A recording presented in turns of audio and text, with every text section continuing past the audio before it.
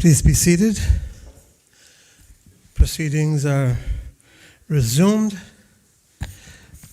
When we took the break, we were debating private members' motion number 3. The Premier had completed his debate. Does any other member wish to speak? The Honorable the Leader of the Opposition.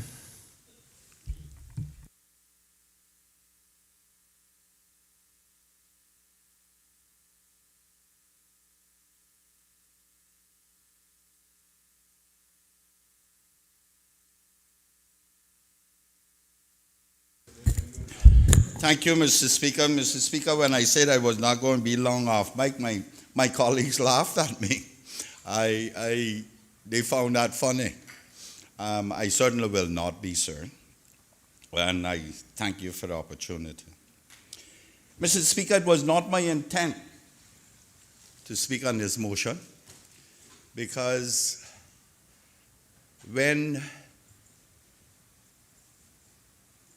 the member from Town West brought this to us and discussed it, I thought it was quite straightforward. I thought it showed initiative on his part, and I therefore supported him and guided him through bringing it. As a matter of fact, I made him change some of it after discussing the disabilities section of it. Not made him, but we discussed it and he agreed to change some of it. However, the Premier got up here and lambasted this side. I can only describe it as lambasting this side. I have no choice but to respond to him. The others can do, but it is my responsibility to respond to that Premier or any other one that sits over there, but him in particular. Mr. Speaker, most people will not remember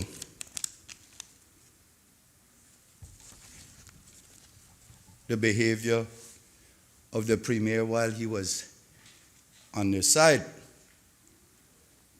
and how he operated.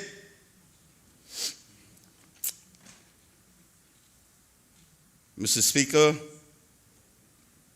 when he was in the opposition, and in particular leader of the opposition, he opposed everything the government brought. Every single item that came here, he opposed for political expediency. Now finding himself in the reverse role, he has not stopped. He continues to do that. There's a word that aptly fits him.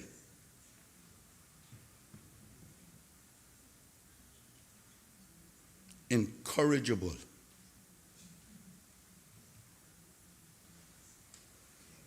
Cannot. And he will not be reformed. That's how he has always done it in here. Nothing is good enough for him that anyone else does. He's the only one that has a crown on his head. And no one is supposed to come to attain any crowns where he is concerned, unless he handpicks them and he can control them. That's how that Premier has always operated for the last 20 years.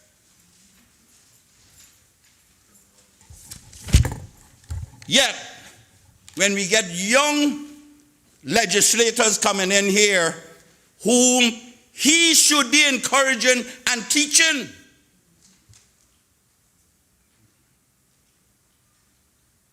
Mr. Speaker, you were one of those who taught me this place because you had been here long before me. And the Minister for Education. the current Minister for Education. The member for Northside, bless her soul, Linford Pearson, Honorable Linford Pearson, Roy Budden, Gilbert, Captain Mabry,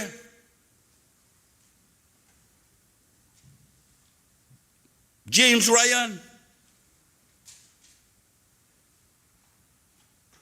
Kurt Tibbetts, Anthony Eden, the member for Savannah. They were the ones. The AG did some too for me. You all were the ones who carried me in this honorable house. Now it's my time and the Premier's time to carry others for the continuation of this democratic process. Yet he will get up here and lambast young members in here and try to kill their enthusiasm.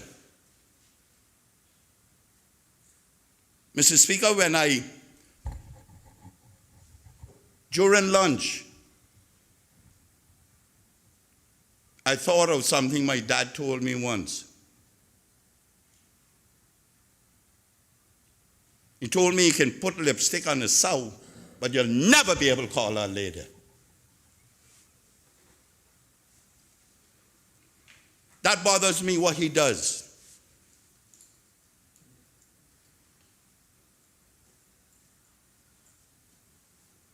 Mr. Speaker, well, it was him who declared the silly season a few months ago. And for the Premier to get up here and say we are trying to kill businesses by this motion is wrong. And talk about the opposition leadership and promoting ourselves to take over the government in the next general election.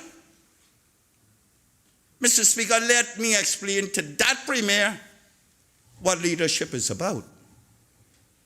Leadership is about not operating in crisis when crisis comes. Leadership is about planning for the future. But he don't see any further than his glasses because he wants to stay in power. What about the very people out there that we need to make provisions for their future? Mr. Speaker, that's what this motion is about. This is not about putting any additional cost on doing business. The young man explained that we went and changed the provisions to allow people to take pensions, take withdrawals from their pension, and it amounted to around $400 million.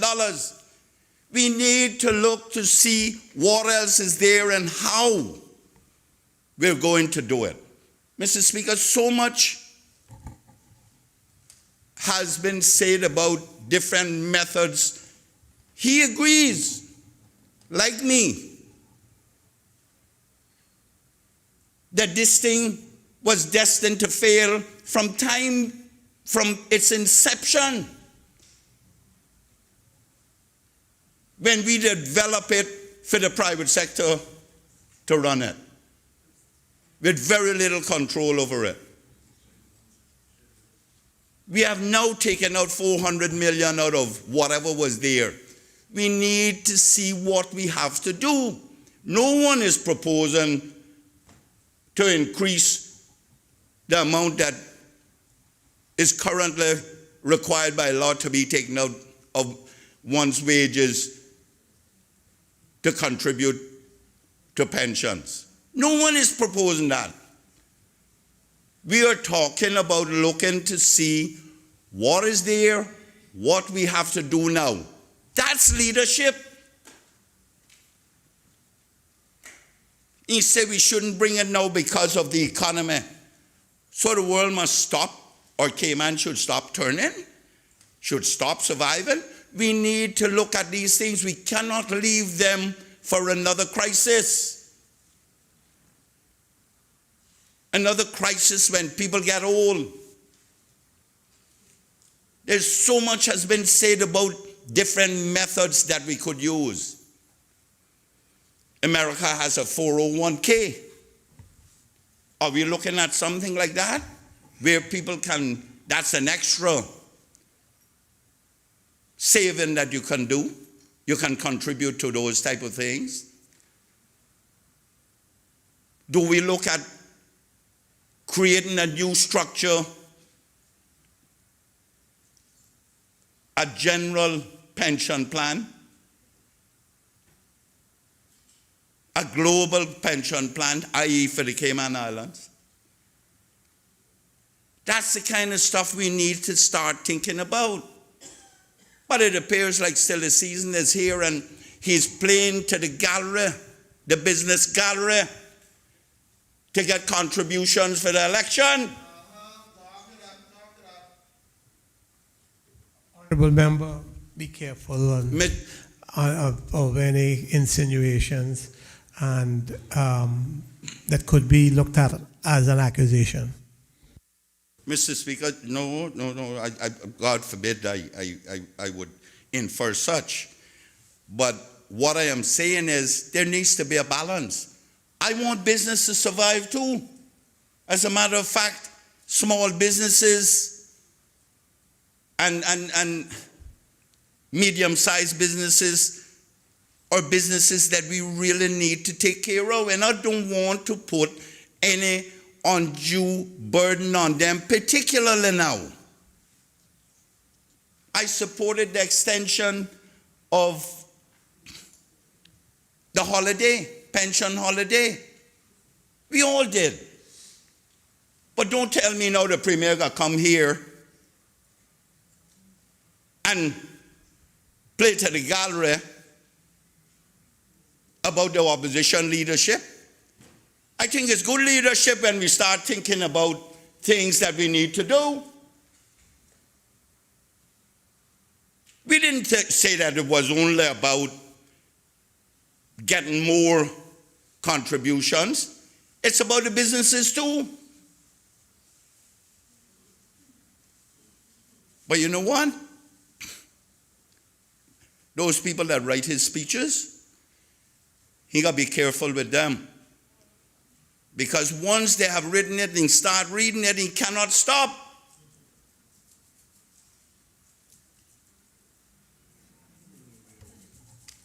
But we ought to have brought it when the economy was good. How long have we been saying that the pension needed to be done? We are faced with a crisis. Why continue to have a crisis? What, do we wait every time there is a crisis and then address it?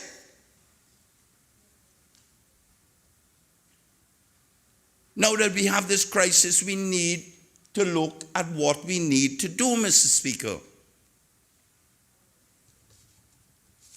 Putting additional pressures on the business. There could be nothing further from the truth. But that's how he has always operated. He capitalizes on everything he sees or anyone else do for political expediency. That's his mode of operation. Has always been.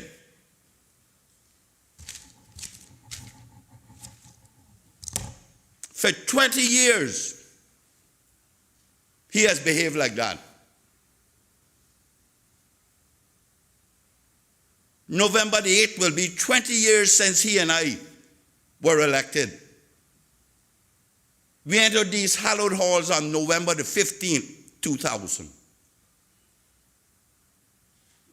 in less than a month, we'll have 20 years here, and he's always operated like that. Political expediency. The only thing you can say about him is that he's consistent. He never changed his behavior. For no reason. But people tend to forget.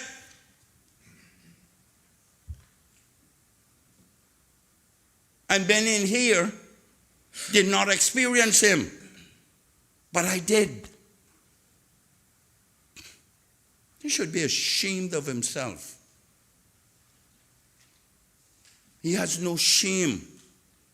These young legislators in here, whether he wants them to come back or not, they're Caymanians just like I am. They all have to go out and ask the public to re-elect them. That they have to do on their own. But at the very least, I can give them advice on from my experiences, like everybody did for me. You think, Mr. Speaker, I could be standing up here like this were it not for all like you?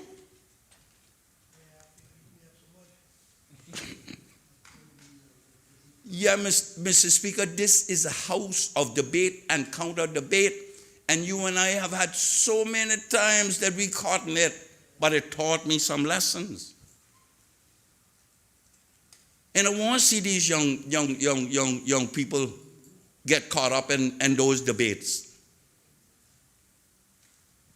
And they'll tell you that I'm shouting. Really? Mr. Speaker, those who subscribe to that should consider what they do on Sunday morning. They go to the church, and the preachers will yell at them too. I wonder if that's for emphasis. Mr. Speaker, this is the house of debate and counter debate. Somebody sent me something this morning about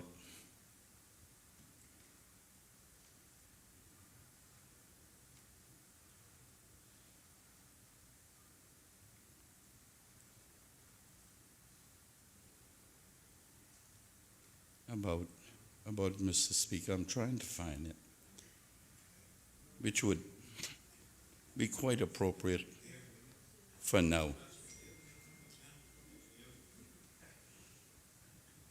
Mr. Speaker,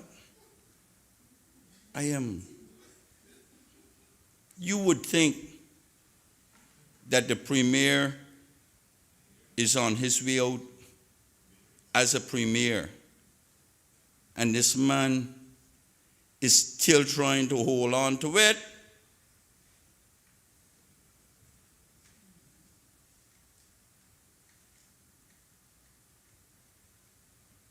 But he will not let go.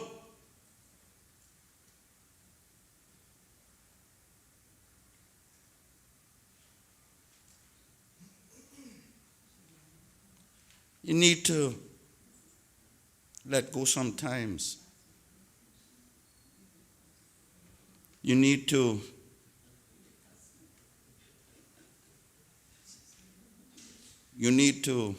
pass the mantle on,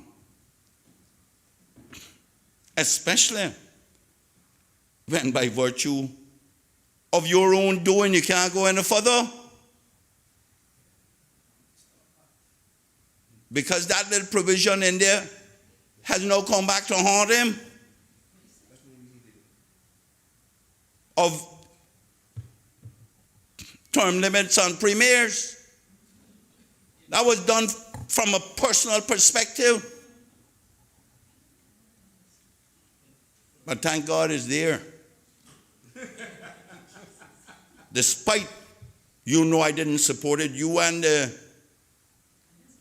the Minister for Education and the Attorney General was there. I never supported it one day. Neither did you, but it was your provision though. It really wasn't my provision.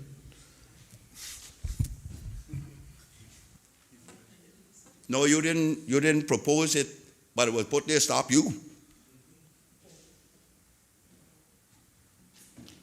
I keep telling on the need, we need to do these things based on institutions and not personalities. Reason is because we want to stay forever.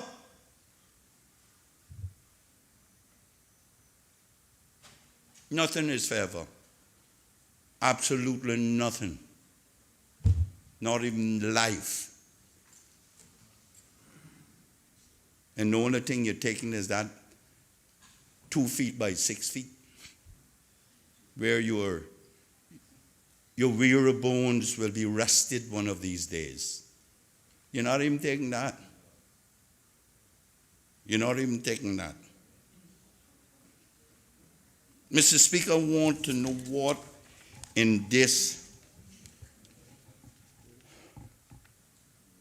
private member's motion that Premier could have twisted so badly to try in particular to embarrass the young man from Town West and in general opposition members. Let me read it for the benefit of those who didn't capture it when he did. Whereas the current COVID-19 global pandemic required quick legislative initiative to assist the people of the Cayman Islands.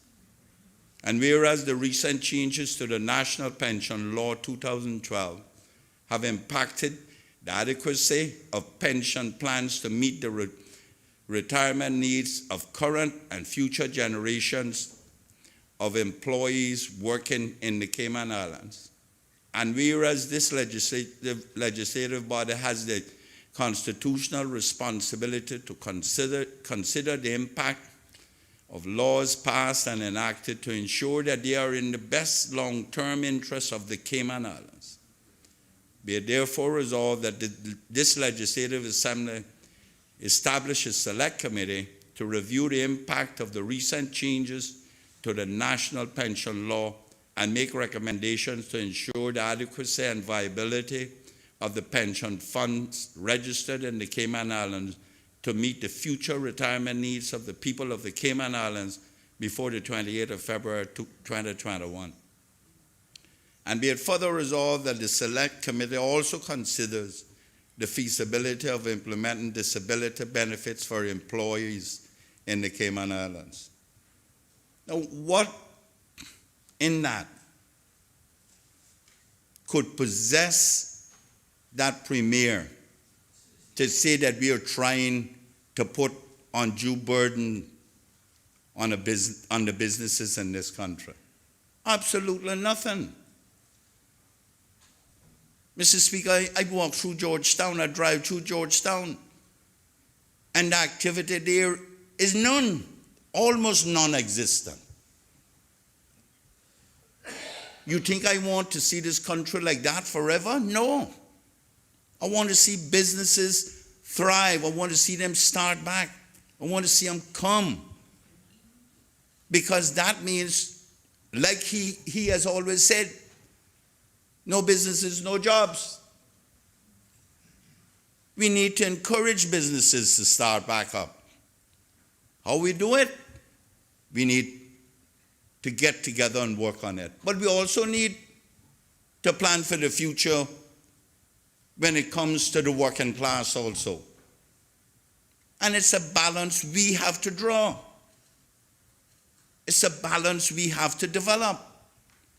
Yet, for political expediency, he picks out one side of it and lambasts everybody in here. You think people fool or what? You think you're not going to get answered to or what? He knows me. You all do. I'm not going to sit here and allow him to do those things. He has done it long enough. And in his waning hours, he's doing it again. Well, he ain't got to go. I may go, but he got to go. He won't stay there.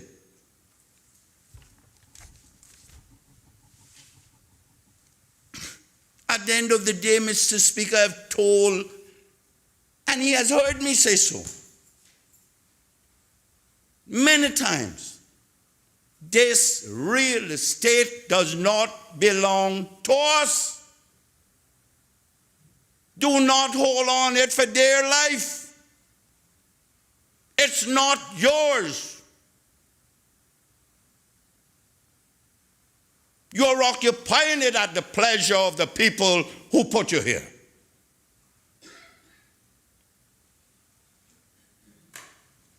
It makes me angry to think that the Premier would get up here and do such. Yet, he comes and asks these same young people to support things that he wants to bring to this legislature and tries to justify it that it's in the best interest of the country. And that's fine. But you don't get up here and lambast them when it's not convenient for you. Not only not lambast them, twist it. Twist it for your own purposes. Should be ashamed of himself. Mr. Speaker, I didn't expect that the Premier and I would get in this, whether it's early or late in our political career. But he started it. I ain't look no fight, but I ain't sure known he got a little plaque on his that saying he neither seek nor shun the fight. Well, if you think I'm shunning in a fight on behalf of the people of this country, and in particular these young men behind me, no, I'm not going to shun it. The people of this country, and in particular the people of East End, will decide what they want to do with me.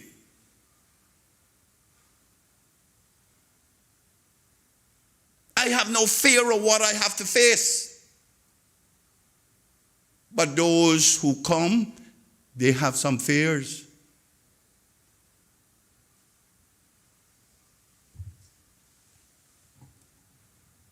Because, Mr. Speaker, someone else sent me something.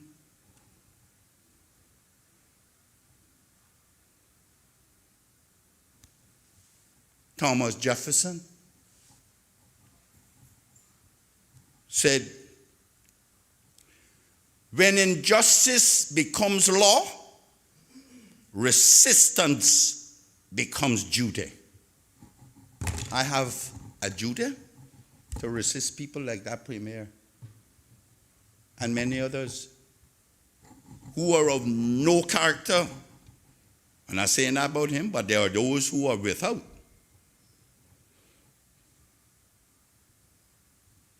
Mr. Speaker, these people think that you just going to bend over and play dead. Nobody's going to do that.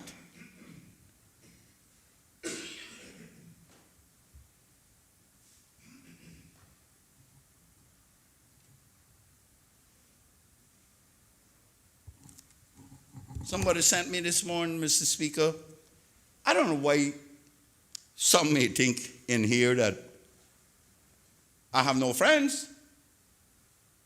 Real richness is when you are so expensive that no one can buy your character. I have recognized that a long time ago, Mr. Speaker. I know that riches, to me, are like caffeine is the 7-Up. Never had it, never will.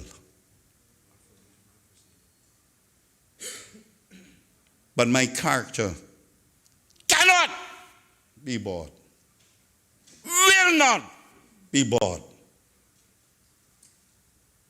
So anyone who wants to buy someone else, tell them go buy them.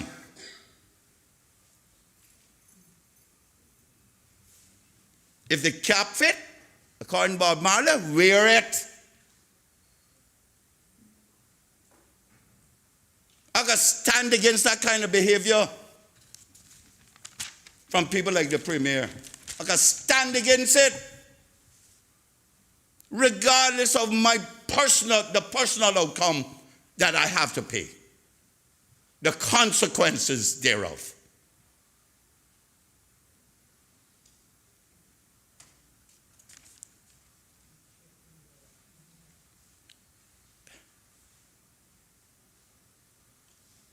Mr. Speaker, I have the utmost respect for you, remember, in here, but I am going to tell them what I have to tell them, and the behavior I see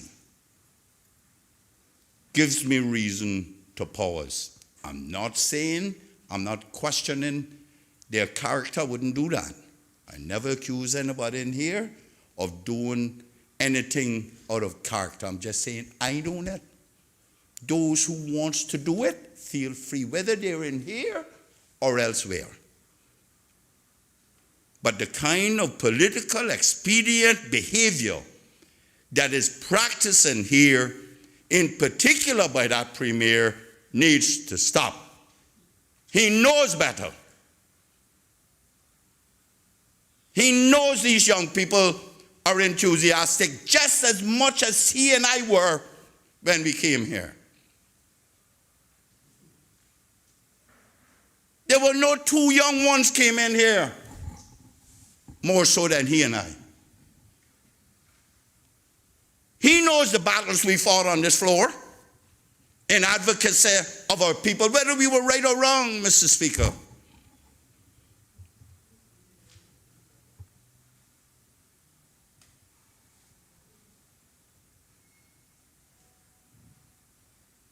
We fought everyone for what we believe was right, whether they were foreign or domestic.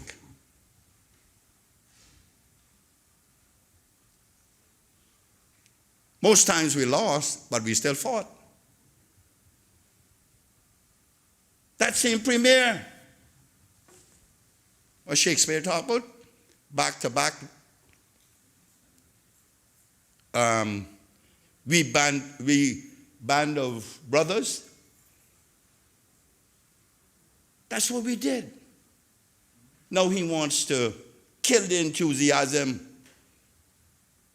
and the rights of these young people who wants to advocate on behalf of the people of this country. Embrace them. Show them. Mr. Speaker, I said when I started that when the member brought it to me, I spoke to him about changing some of the wording in it. Likewise, Mr. Speaker, I've learned a lot from these young people too. You have seen the letters that I've written in more recent times, Mr. Speaker. They have used butcher knives on them, scalpels on them. They have cut them down. So I've learned from them as well. That's what this is about. You have to have some respect for what people want to do.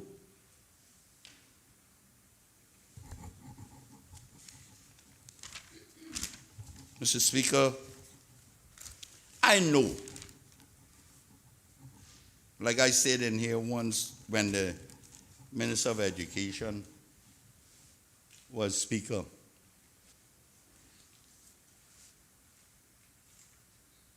and I was talking to a minister, and I was defending that very man called Premier now.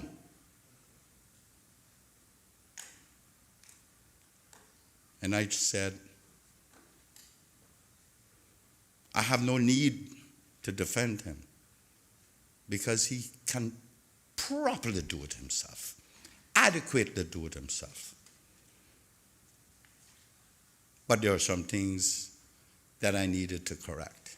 This is years ago, 2002. 2002. Mr. Speaker, I don't really have to defend that young man from Badintown West, you know. He can defend himself. But I just needed to get that across to that premier, that his behavior need change it now. He needs to change it. Just when it's coming to election time, this man gets up here and starts beating everybody.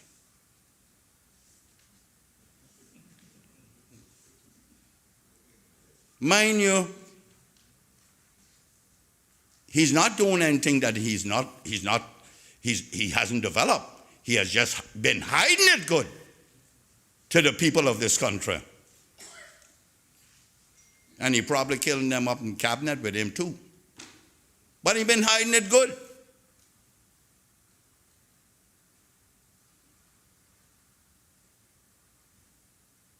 It's when the heat hit you that you see what people do.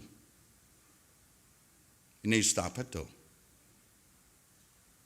What he should be doing is making preparation for this country, for the next generation like these little young ones here that the people sent here.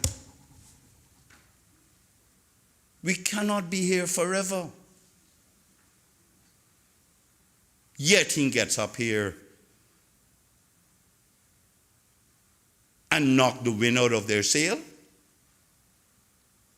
He better trim his sail close to the wind too.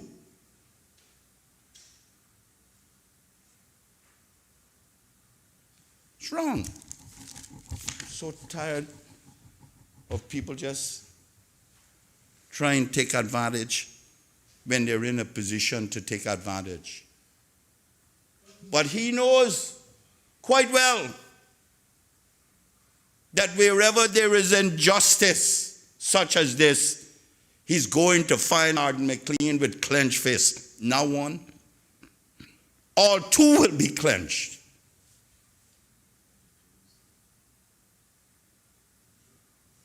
What does he think he is? King? King of what? Tell him go king up in farm. That's where you need to be king. Help people, man. Help them. Honorable member, honorable leader of the opposition. I quite understand your feelings, but I think you're a little bit off track at this point in time. I think you should get back to I know you are replying to the debate. However, I think you should get back to the motion. Mr. Speaker, I hear you, and you know about your ruling and all that. But he opened up something today that he got regret for the rest of his political career. I promise you that. If I go on down in a ball of flame, I playing kamikaze with him. I hold on him. That's how this got work. He had no business going, that young man. And I hope them out there not encouraging him. Maybe they can't say anything, but I know some of them in their minds do not agree with that. You need to stop. I'm going down with him.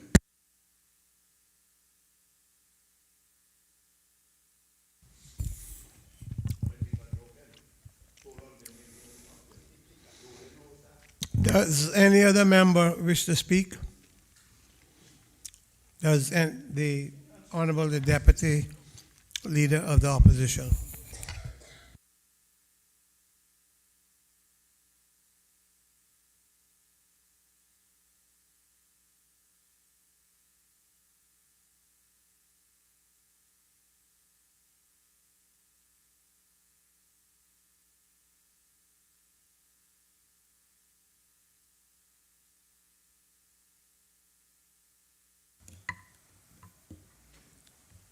Thank you, Mr. Speaker.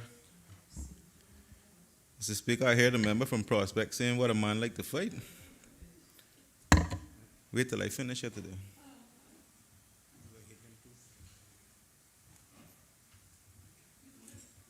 Mr. Speaker, I rise to support the motion brought by the member from Bordentown West. I, like the leader of the opposition, didn't plan to say very much, if anything, on this motion because I thought it was relatively straightforward and it was quite well thought out and put as a suggestion for the government. And again, Mr. Speaker, the motion is only asking for this Honorable House to consider creating a select committee to review the impact of the recent changes to our national pensions law and to make recommendations to ensure the adequacy and viability of the pension funds registered in the Cayman Islands to meet the future requirement needs of the people of the Cayman Islands before the 20th of February 2021. Mr. Speaker, I see absolutely no harm in that suggestion. We just recently agreed that we would create a select committee to review the law that applies to district councils. Everyone thought that that was a reasonable suggestion. And this, again, is a national issue, one that is on everybody's minds, one that we know is going to burden this country for years to come, one that affects the livelihood, the well-being of every Caymanian and resident in this country. Yet the Honorable Premier gets up and has the audacity to suggest that this suggestion is going to hurt the business community. Mr. Speaker, I had to quickly grab my motion and look at it to see if we were debating some other motion. I was caught completely by surprise by his comments. Why would he twist what the member from Bordentown West had said to make it appear as if he was trying to do harm to the business community through this motion? And then I remembered he has declared campaign has begun. And that little campaign speech that he gave there earlier, Mr. Speaker,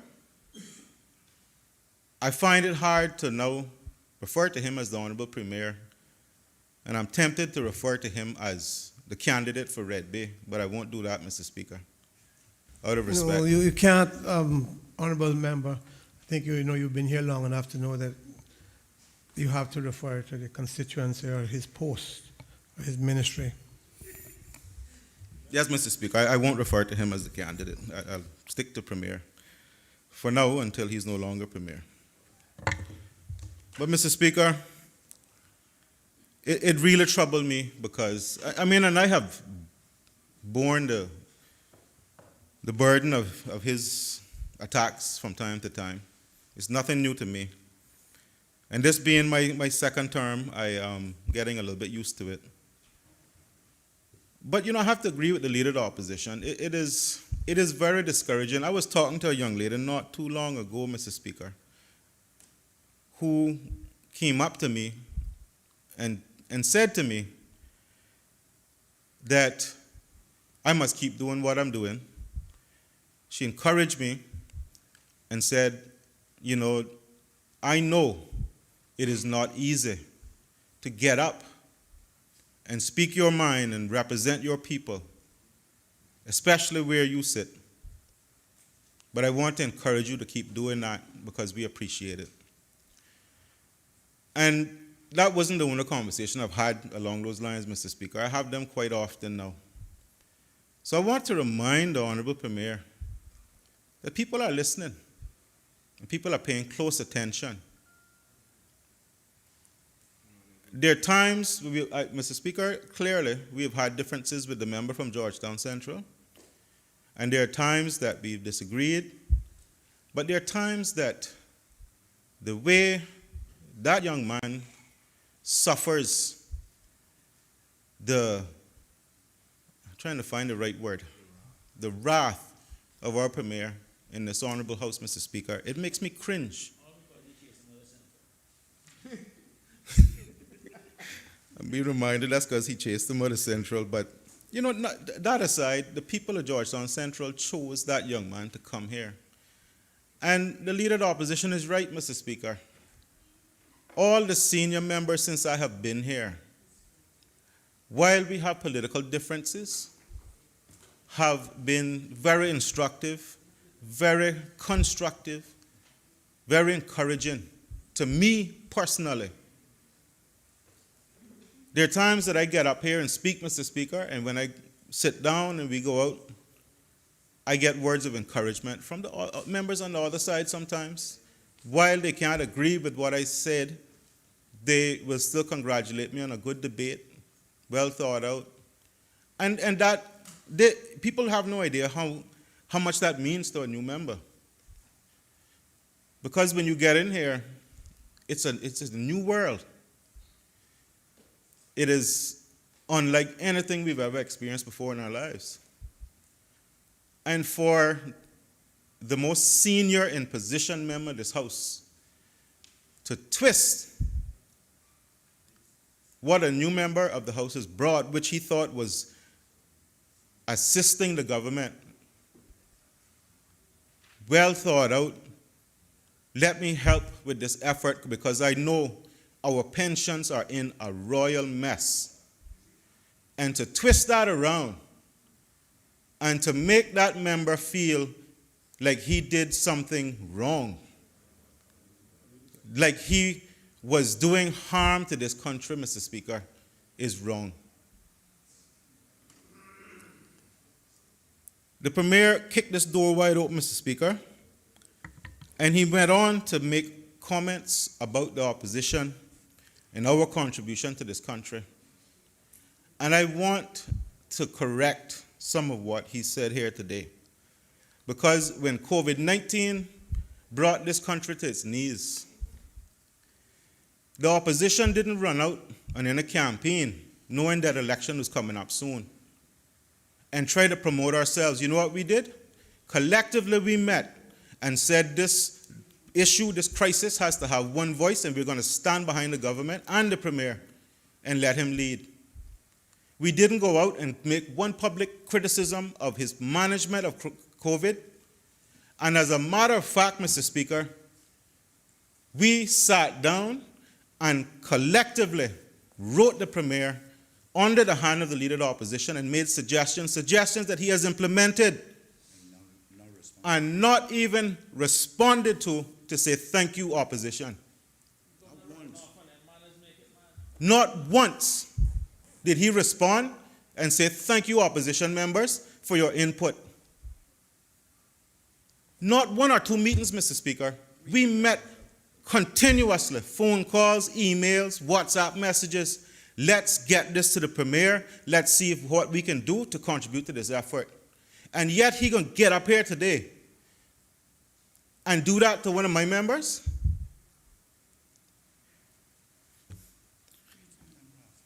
Mr. Speaker. Oh, yeah. Let me read one of those letters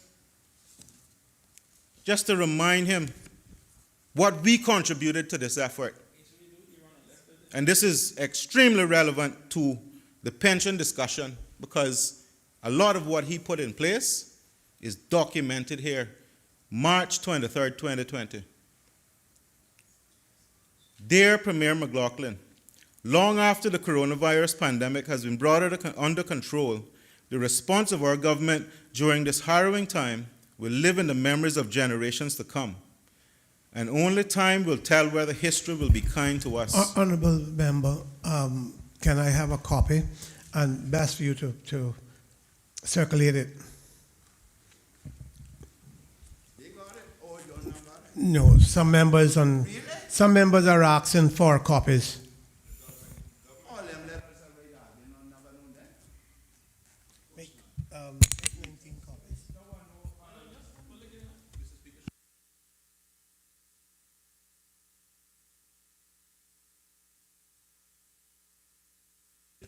if you can, move to another point if you want to come back to that, because you're reading, and I don't have a copy, and members are asking for a copy.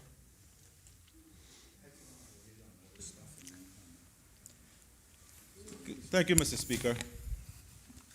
Mr. Speaker, I will delay that delivery for the time being. Honorable member, that is until the copies come Yeah. back and can be distributed. Yes, thank you, Mr. Speaker. Mr. Speaker, and unfortunately I have to divert now, so I'm going back to what the Premier said. The Premier, I know, is a politician. He's a politician, and he knows that election time is coming. And I fully understand. I want to give him some advice, Mr. Speaker. I want to tell him just calm down and just wait. The campaign hasn't started in earnest yet. I don't know why he's throwing these early licks. I'm a boxer, Mr. Speaker. And when you're in a fight for a championship, there's still rules that you play by. You can't run across the ring and punch the other boxer before the bell. So I tell him, just hang on, the time is coming, the bell will soon ring. Don't worry about that. But he should also remember I'm a boxer. So I know how to fight. Mr. Speaker, the Premier has made it the hallmark of his approach to us in here that he will go after those who are less experienced, might be slightly less knowledgeable in politics. And that's not fair. He rarely tries to tackle those who can take him on,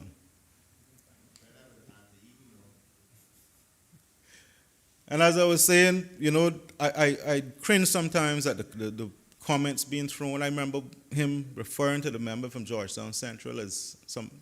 I won't even repeat it. No, I won't repeat it.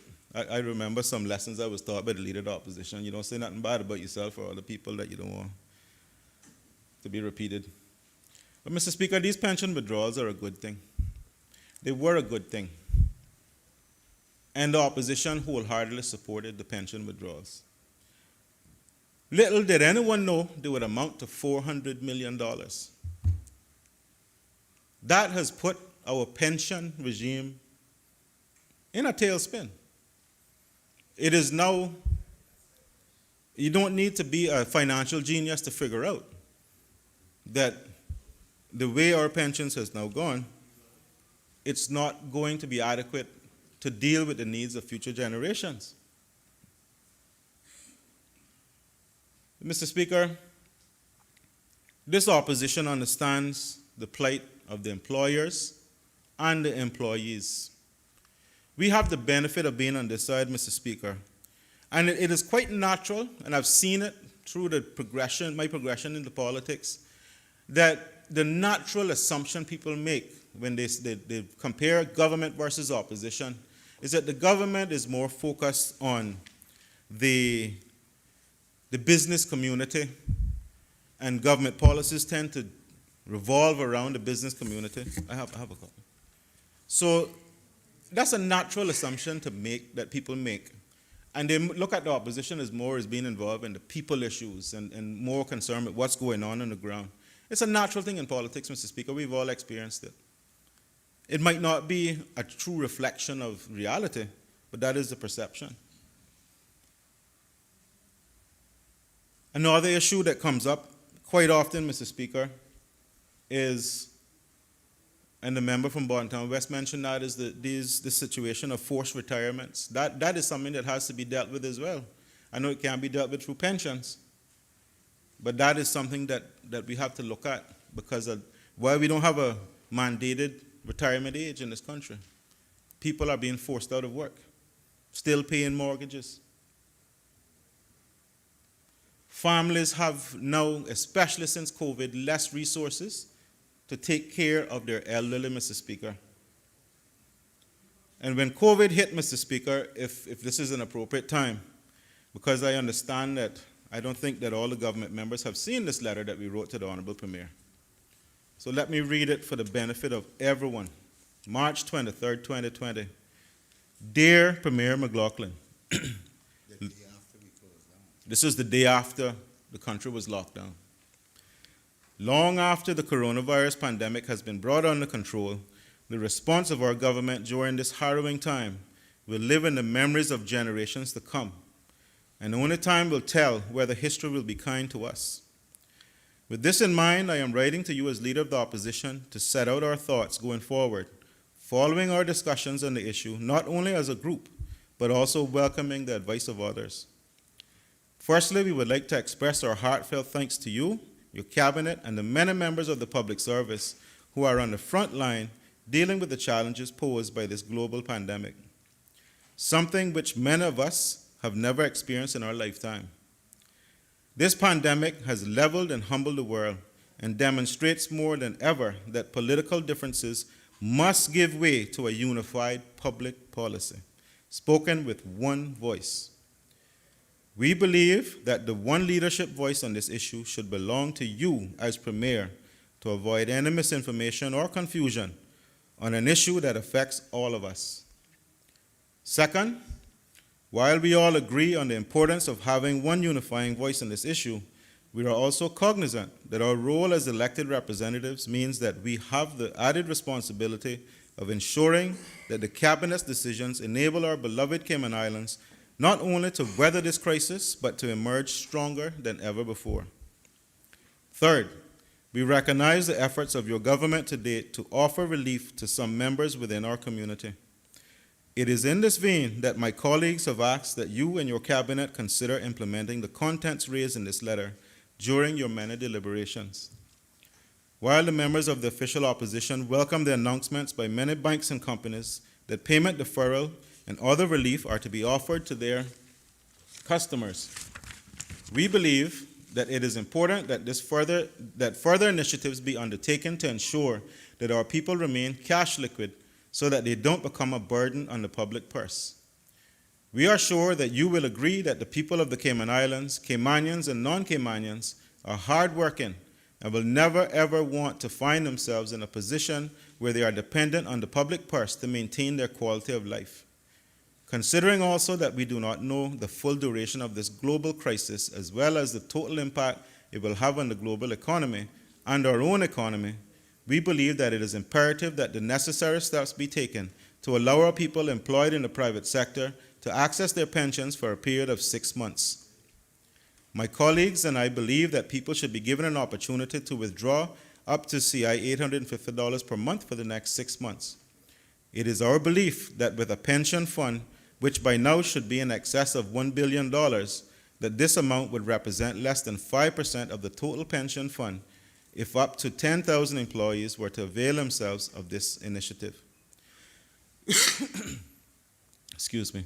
Also, as the markets are currently in a free fall and interest rates are close to zero, it makes no sense to ask our people to continue to invest. That money will be of greater use here in the local economy and, more importantly, in their pockets. We are also asking Cabinet to take the necessary steps to implement a pension holiday for a period of up to 6 months, during which both employees and employers may opt out of this obligation. This will allow thousands of employees to receive an additional 5% in their salary. Additionally, we have received representations from some business owners who would like to access their personal pensions to meet their payroll. We are asking that the Department of Commerce and Investments reach out to many of the small businesses to determine a plan and a process of how this could work. The representations that we received varied from business to business, and as such, it was difficult to propose a set amount. However, we are grateful that some employers are willing to take from their personal pension the funds needed for tomorrow to help their staff today. We believe that their sacrifice is worthy of consideration, and the last thing we need is to have more people on the unemployment line. My colleagues and I are also asking that you and your cabinet take the necessary steps to increase the hardship allowance and relax the requirements to qualify for this allowance for the benefit of many of our public servants who may be impacted by this crisis. While many public servants may have job security during this time, many of their partners may be impacted by this crisis. We do not believe that they should be using the limited resources of the Needs Assessment Unit. My colleagues and I would be willing to support an amount of at least CI 1.5 million for this initiative to be managed for the portfolio of the Civil Service and/or the Ministry of Finance. We believe that this initiative is also necessary as there are some public servants who would be unable to access their pensions during this time. We are also asking that your Cabinet provide an update as to the relief that is being offered by companies in the insurance industry to their customers. While we recognize that there may be efforts underway by your administration in this regard, we believe that it is important that the insurance companies recognize that we are living through an unprecedented global crisis and many businesses around the world are putting people before profits. We expect the same from them also. Unfortunately, through history, there have been those who try to profit during times of crisis. We are asking that the Economics and Statistics Office monitor the prices of goods and services within the Cayman Islands to ensure that there is no price gouging during this time. We are already hearing reports that some businesses are engaging in this practice.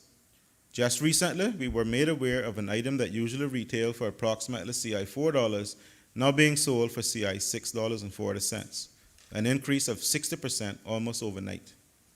Alternatively, Cabinet may also want to activate the Price Gouging Control Emergency Circumstances Law 2015 revision and appoint the Price Gouging Control Commission with immediate effect. We also believe that reducing the spread of the virus is essential and recognize that many Caymanians and non-Caymanians are living in poor housing conditions. We have heard reports of some nationalities living 10 to 15 in one small place. Thus, as uncomfortable and controversial as this may be, we suggest that the government look into the possibility of addressing this problem to prevent the potential spread of the virus. We believe that what we are proposing would be a good starting point for ensuring that our working people remain in a position to help themselves and that the public purse be reserved for those that are most vulnerable in our community. As noted before, we are living in unprecedented times, and as such it requires bold leadership, bold thinking, and bold initiatives. My colleagues and I reiterate our full unqualified support to work with your government to ensure that, as far as is possible, our people maintain their quality of life during these perilous times so that our beloved Cayman Islands will remain one of the best places to live and work on this planet. Yours sincerely, V. Arden McLean, JP, MLA, Leader of the Opposition.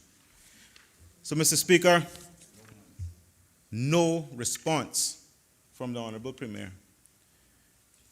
Yet he gets up here today and says that this opposition contributes very little. And if you read through that letter, Mr. Speaker, you will see some striking similarities, whether by coincidence or by design, to measures that have been taken by the government. That letter was written in March, the day after we closed down this country, March 23rd. Early in the game, Mr. Speaker, this opposition was hard at work at supporting the government, and we went to lengths twice in that letter to say, you speak for us on this. That is a powerful thing for us to do, to relinquish our voices that we have a right to use when we're in here as representatives of the people and say to the Honorable Premier, on this issue, you speak for us as well. Politically, that did us no good. No good. If we were political opportunists, we would have went out and paraded that letter up and down when the measures were put in place and said, look what we did. We didn't do that, Mr. Speaker. But it is wrong for the Honorable Premier to get up here today and say that we contribute nothing. Wrong, and I'm not going to stand for it. And when one of our members decides to continue to contribute, to make a very useful suggestion, he gets lambasted for it. Why? Because it's election time? Mr. Speaker, we know that there's an issue with our pensions. You would have to be living in a box somewhere to not know. The matter was discussed extensively here In the Public Accounts Committee, Mr. Speaker, I have another article, an article that I would like to read. It was published in the Cayman Compass. I think I have sufficient copies. Honorable Minister, Honorable Deputy Leader of the Opposition, I think we better get copies because members are asking once you start to read, and I would appreciate a copy myself.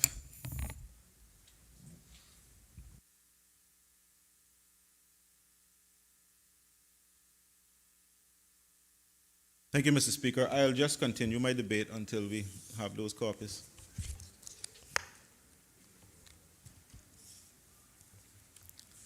As I was saying earlier, Mr. Speaker,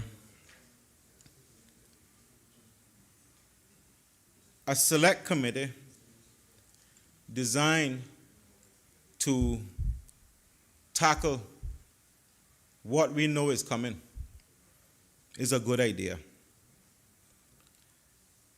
We know that the problem is on its way. We know that we're going to have to deal with it. And rather than kick the problem down the road and leave it for the next administration to worry about, our position is let's start working on the problem from now. What could be the harm in that? That is not going to impose any burden on the business community other than we may ask for their input, their suggestions into the proposed solutions that come forth from the select committee. There's no harm in that. That is called consultation. How could anyone suggest that that is going to burden businesses and make things worse for businesses? It is much better than leaving the problem alone and getting blindsided with the reality of it in the very near future. Because remember now, Mr. Speaker, many people withdrew money from their pension funds. And those people, many of them are nearing retirement age. So their pensions are going to be severely underfunded.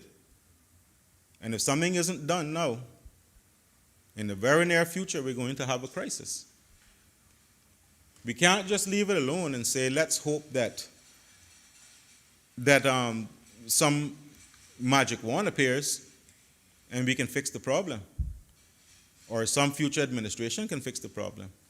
What we need to do is to start to focus on that from now, and that's my approach to anything I do in life.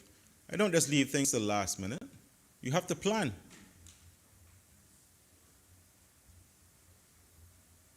This is no time to sit back and pat ourselves on the back, Mr. Speaker. This crisis is not over.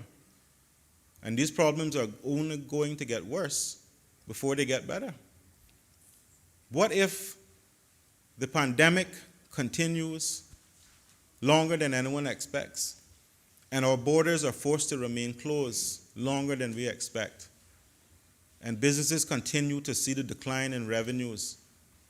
What is going to happen then? Are we going to throw our hands up and say, sorry, we've done all we can do? No. You plan.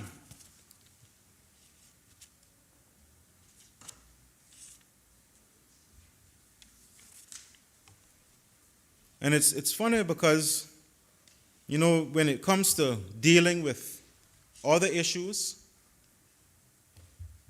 there's this consultative approach, this you know, let's work together. Just this morning, I was sitting here, and there was a discussion between the Honorable Premier and the Leader of the Opposition, the Honorable Leader of the Opposition, on the way forward with the bills that remain on this agenda, Mr. Speaker. It wasn't I'm going to do this. It is, what do you think? What is your suggestion? How are we going to deal with these bills? Especially the financial ones, considering that the Minister of Financial Services is not here right now. It is that kind of approach that we should employ on every opportunity. While we can be in here, Mr. Speaker, and we can debate and we can disagree, there's no need to dismiss each other when we have good suggestions. And this opposition does it all the time. we are coming in here and supporting initiatives that the government brings that we think are good for this country. We don't get up and just beat them down for the sake of politics. We get up and we support the good things. I think that's the kind of leadership this country wants. Mr. Speaker, in relation to pensions, and when I read the article about the CPA meeting, we need to be creative, innovative, the PSA meeting, creative and innovative now. We need to find a way out of this. We can't just go back to the same old. We need a new solution. And that's going to take a lot of discussion, a lot of consultation, a lot of thinking, critical thinking, to bring the country out of this. And starting that process now is not going to hurt a soul. And in the long run, it's going to help everyone, the business community and the people. This issue, Mr. Speaker, has to be featured prominently on everybody's manifesto who wants to get elected in May or re-elected.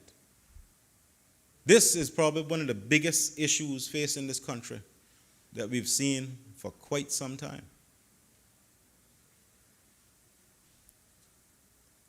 This country cannot afford to just simply put everybody on NAU when they retire. It's going to take our brightest and our best to fix this. And I applaud the member from Bordentown West for bringing it forward as a suggestion, Mr. Speaker. It shows that he's thinking proactively, and he's thinking about not just today, but tomorrow. Mr. Speaker, the Premier said that this suggestion is going to hurt businesses. Yet on the other side of his mouth, he said that the board was being constituted? Or they were adding members to the National Pension Board who would be tasked with looking at this problem. So on the one hand, he's saying it's a bad idea, and on the other hand, he's saying, but we're doing it. Just not you. Yeah, they're ahead of us. He's ahead of us. And that is the meat of the matter, Mr. Speaker. It's who gets to do it. I can't allow the opposition to do this. I have to take credit for it. That's what it boils down to. So he admits in his statement, in his speech, that it's a good idea. He just don't want it coming from this side of the House. That's all it is. And that's plain as day to me. Mr. Speaker, let's talk about uncertainty. The Premier said that we are a threat to the business community.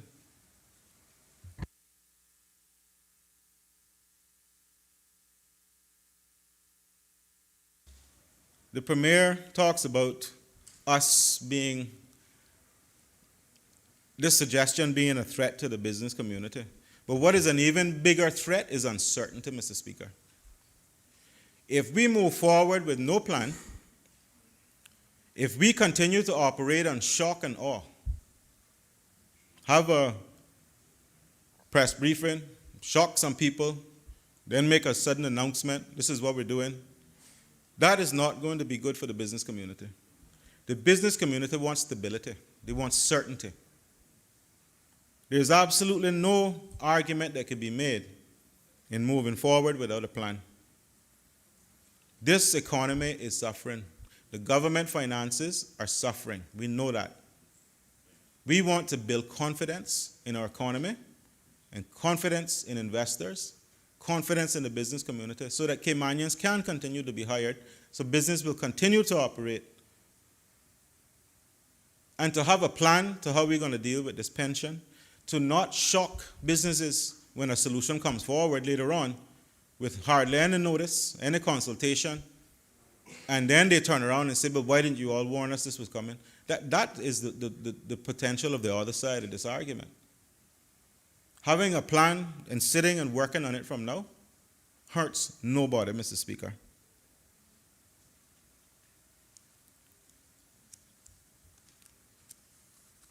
Mr. Speaker, the article I was talking about earlier from the Cayman Compass was written on the 20th of June 2020, and I won't read the whole article, but there are some pieces in there that I think are worth reading. And I'll start under the subsection which says radical rethink. It says in April, Premier Alden McLaughlin said the current pension system is not fit for purpose and called for a radical rethink. Sounds familiar. He said the funding of private pensions based on 10% of salaries was not enough and threatened to bankrupt the government if it had to take care of pensioners running out of money. The Premier also blamed the administrative cost of running the private pension plans. He claimed the public sector had found a way to make it work. So we actually have a model that we can look at, and I've said this for years. That is the model that we ought to have adopted for the private sector pension schemes as well, he said in April. In the public sector, the pension contribution is 12%. Upon retirement, public sector workers can elect to take up to 25% of the total pension fund that has been accrued, with the remainder being used to purchase an inflation-protected annuity which pays the retiree a monthly sum for life.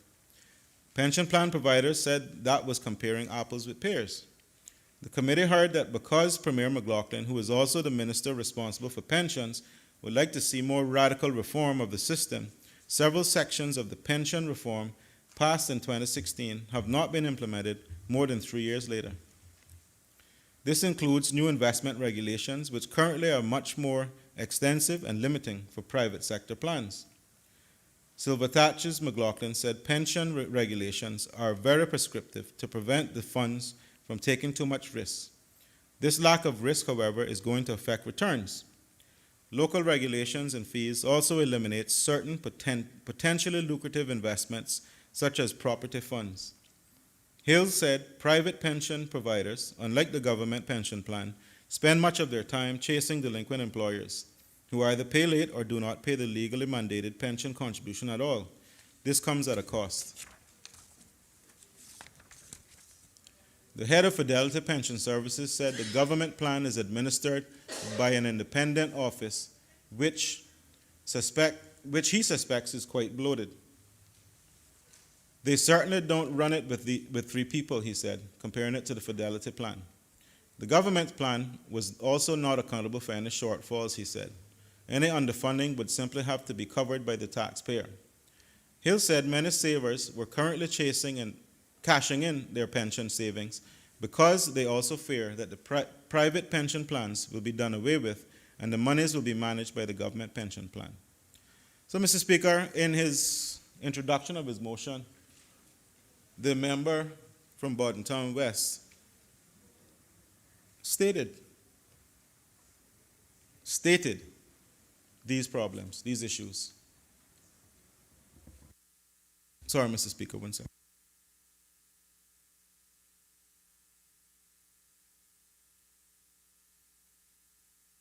He went into detail on what he knew this issue was and what was going to happen. He has the experience of being on the CPA, the PAC, sorry. He had the benefit of hearing those testimonies, Mr. Speaker. So he's speaking from an informed position. He knows that this is not an issue that can be kicked down the road. We can't kick this can down the road. There's no road to kick it into. So, Mr. Speaker, he, in his experiences gained in discussing this issue, and he's the finance person in the opposition that we turn to for help with financial matters when it pertains to our work. Through that experience, he put forward a very good suggestion. It shows that, the opposition, despite what the Premier accuses us of, is not sitting idle when we're not in here. We meet and discuss all these issues, and we decide what we're going to put forward in motions, what we're going to put forward in questions, what we're going to support coming from the government, what we're going to write the Honorable Premier about. So, Speaker, it really blows my mind when I think back to what the Premier got up here and said today. It really does. It is discouraging for newer members. I've lived through it. I've survived up until now. But it's clear we're thinking about the next election already. And Mr. Speaker, this is no time to be thinking about the next election. We have a pension system that is in crisis that needs a solution. That is what we should be focused on. Mr. Speaker, I haven't started campaigning, I haven't gone out and started telling people, oh, I want you to vote for me and support me. I think I'm going to be judged based on my actions and my presence in my constituency throughout this crisis. I don't broadcast what I do. I help people as much as I can. I do what I can. I'm not fond of putting my constituents on social media when I help them or do anything to assist them. This is where I do my work that goes out to the public. My contribution to these debates, my motions, my questions. I'm a member of the opposition. I know what my role is. And we all do. And we all do our jobs, Mr. Speaker. But we do not expect that when we get up here and do our job that we get beaten down for it, regardless of when the next election is. Because we are contributing according to our constitutional responsibilities. We are not simply getting up here making political speeches, Mr. Speaker, and campaign speeches. We could devolve into that, but we have too much important business to do for this country long before May arrives. There is no time for political campaign speeches and beating down members who make good suggestions just because they're not on your side of the House. Mr. Speaker, that is not why I got involved in politics. Anyone who knows me knows I came here with an open heart to help the people, as many people as I can, to leave this country better than I found it. There's no super glue on my seat. One of these days I won't be there. But until I'm no longer there, I'm going to contribute to the best of my ability. And this is how we have decided to contribute to this problem, by bringing forward a solution, Mr. Speaker.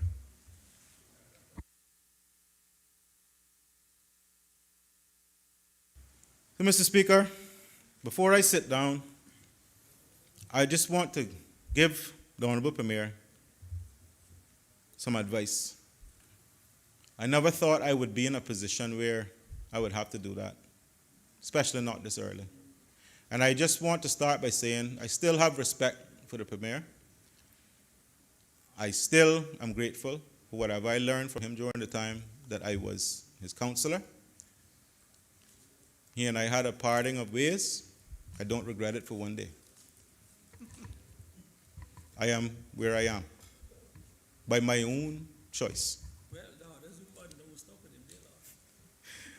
Mr. Speaker, when you focus solely on retaining power,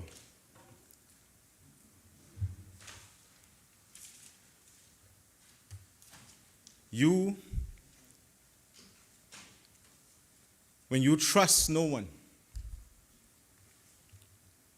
when you take a position that there are no allies in life, in political life, you end up in a position, Mr. Speaker, where you have no close friends, where you have no one you can lean on and rely on, and it's a lonely existence.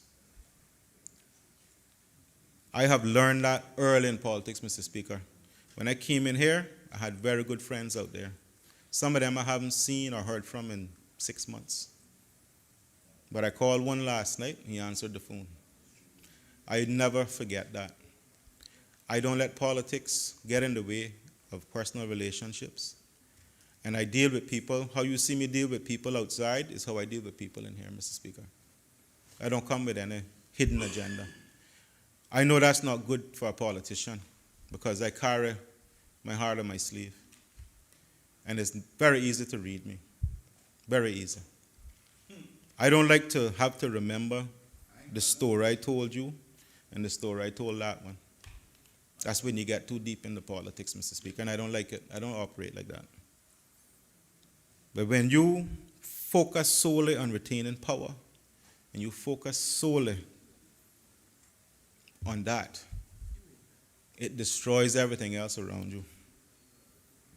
And I refuse to operate that way, and I do believe that our politics can transcend that, and we can elevate the level of politics in this country to a much higher level. It will not happen overnight. I hear the stories that we tell when we're not meeting, Mr. Speaker, and we laugh and we make jokes. But I think that the level of camaraderie, the level of interaction has raised and has continued to raise. And it's a natural progression. I'm not speaking down on anyone who engaged in that before. That's just where it started. But I do believe that we can get to a point where we can be in here as opposition and government without stepping on each other and without putting down each other and without making the political ugliness separate us. When someone has something good to say, even if you disagree with it, just appreciate it. The Premier could have easily just said, no, we can't do that now. He didn't have to try to break the member from Bordentown West Spirit. Try to, because I know he didn't accomplish it. So, Mr. Speaker, that's my advice to the Honorable Premier. Going forward, wait until nomination day, and then we can go out and say whatever we want, throw licks at each other. I know that's part of campaigning. I'm ready for that too. But until then, this country is in crisis. This country needs us to work together. And getting up here and beating up on each other is not going to do it. And I hope he's listening. Thank you, Mr. Speaker.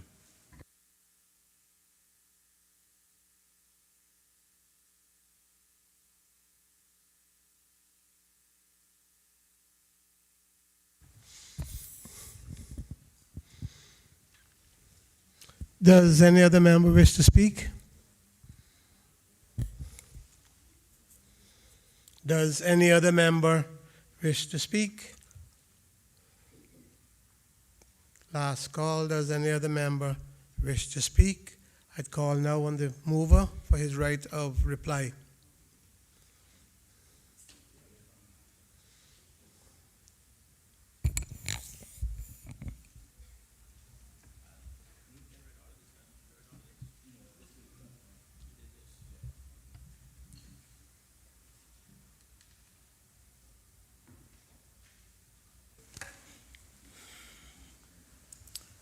Thank you, Mr. Speaker. The good book teaches us, woe be to the shepherds that feed themselves and not the flock. Should not the shepherds feed the flocks? Mr. Speaker, I was a bit taken back by the Premier's contribution to my motion, so much so that I had to reread my motion and to see if he was speaking to it. And, Mr. Speaker, I'll give a copy back of the motion. I want to read the motion back again just to make sure I am not guilty of the same thing that you accuse me of. Thank you, Honorable Member from Newlands. And it was motion number 320, Mr. Speaker, that says, whereas the current COVID-19 global pandemic required a quick legislative initiative to assist the people of the Cayman Islands, we recognize, Mr. Speaker, that a quick response was required. A response that may not have been as analytical as we would have liked it to have been, but nonetheless, something needed to be done. As I said in my speech, there was a little bit too much uncertainty, and we needed to do something about it. It also goes on to say, Mr. Speaker, and whereas the recent changes to the National Pensions Law 2012 have impacted the adequacy of pension plans to meet the retirement needs of current and future generations of employees working in the Cayman Islands. And whereas this legislative body has the constitutional responsibility to consider the impact of laws passed and enacted to ensure that they are in the best long-term interest of the Cayman Islands. Be it therefore resolved that this Legislative Assembly establish a select committee to review the impact of the recent changes to the National Pensions Law and make recommendations to ensure the adequacy and viability of the pension funds registered in the Cayman Islands to meet the future retirement needs of the people of the Cayman Islands before 20th of February 2021. And be it further resolved that the Select Committee also consider the feasibility of implementing disability benefits for employees in the Cayman Islands. Mr. Speaker, we pass laws in this House, and we have a duty, a responsibility to look at the impact of what we have done. To have gone out, and the thing about it, Mr. Speaker, when we wrote to the Premier, as my colleague from Newlands highlighted, we suggested an amount of $850 a month for 6 months, which would have totaled $5,100. The Premier said, we start with $10,000. We said, okay. So double the $5,000 that we were proposing, let's do $10,000. Then, on top of that, let's take an additional 25%. Well, at the time, Mr. Speaker, just as you hear from the Premier's contribution, he has access to information that we don't have. He met with the pension providers. I'm sure, looking at NAU and everything else, he would have had information that we would not have been privy to in which to make his decision. And I'm assuming, and I'm giving him and the benefit of doubt, that he and his cabinet had more information than we did, because they have access to all the government records in which he came up with what he came up with. And I accept that. I didn't go back and said, well, it should have been a lower amount, a higher amount. I accept the fact that as a government, he has more information than we do. But what the Premier actually said, Mr. Speaker, I'm sitting back here, it basically made no sense, and the only conclusion I can really come to is that the silly season has truly begun, because it just made no sense. And I accept that the Premier is already in campaign mode, and he already declared that he'll be seeking re-election in his constituency of Red Bay, and that's fine. But, Mr. Speaker, what I find outright hypocritical and intellectually dishonest is the Premier accusing the official opposition of looking to increase the cost on business in this country, having spearheaded himself just yesterday a defense bill that tells businesses that they'll be fined $5,000 if they stop somebody from going to camp or in a drill. And Mr. Speaker, the real hypocrisy of that, and I want to show you something. They said that we copied this defense bill from Bermuda. There is a section in this bill, in our bill, similar to Bermuda bill, that speaks about the duty of employer. We goes on in ours and we says that whenever an employee who contravenes subsection 1 or 2 commits an offense and is liable on summary conviction to a fine of $5,000. Where an employer is convicted and sent on to this section, the court by whichever is thing. Bermuda, do you know how much they charge employers, Mr. Speaker? 0. But yet you want to sit down and tell me we're looking to put costs on businesses when you have just gone out, passed a defense bill, or move it to the second reading, that fine employers if they stop the employees that they need to go to work, but yet Bermuda doesn't have it, but yet we are copying Bermuda. That is a level of hypocrisy, Mr. Speaker, that we have to deal with. But that is fine. Like I said, the silly season has clearly begun. But, Mr. Speaker, is hypocrisy and intellectual dishonesty doesn't stop there. Having been on record for opposing the pension law from day one, it was one of the very first things you reached for to help our people. Mr. Speaker, you yourself were tarred and feathered by the business community when you brought it, while many people criticized you for it. When there was a global pandemic, we had something we could have reached for. Where would we be today, Mr. Speaker, if you had not implemented that pension law back in 1992 and they kill you? I still remember that day, Mr. Speaker. I was in a government admin building, glass house at the time. The time we used to have the nice little parking, a little covered parking for just ministers and so forth. And I watched you. Myself and other people sat in Treasury and we watched you lean on that car. And we said, we don't think you're going to make it inside. You were out in the town hall and they battered and bruised you for it. But now, it's the same thing that they turn around and reach for.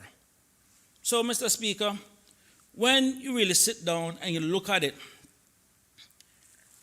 it is clear that this is now the silly season and the politics have begun. And I'm really disappointed because I really expected a little bit better than that. Mr. Speaker, it is clear that the Premier didn't get an update as to what happened in the Public Accounts Committee with regards to pension, and that is understandable. I know he's a busy man. And I am happy that my friend from Newlands took the time out to actually read the Compass update at a minimum to give other people so they could refresh his memory and other members inside here. But, Mr. Speaker, the real hypocrisy again in all of this started right here in this first session almost very early, when the Premier himself came and tabled reports from the National Pension Office going back more than a decade. And you yourself asked him, do you wish to speak to these reports? What did he say? No.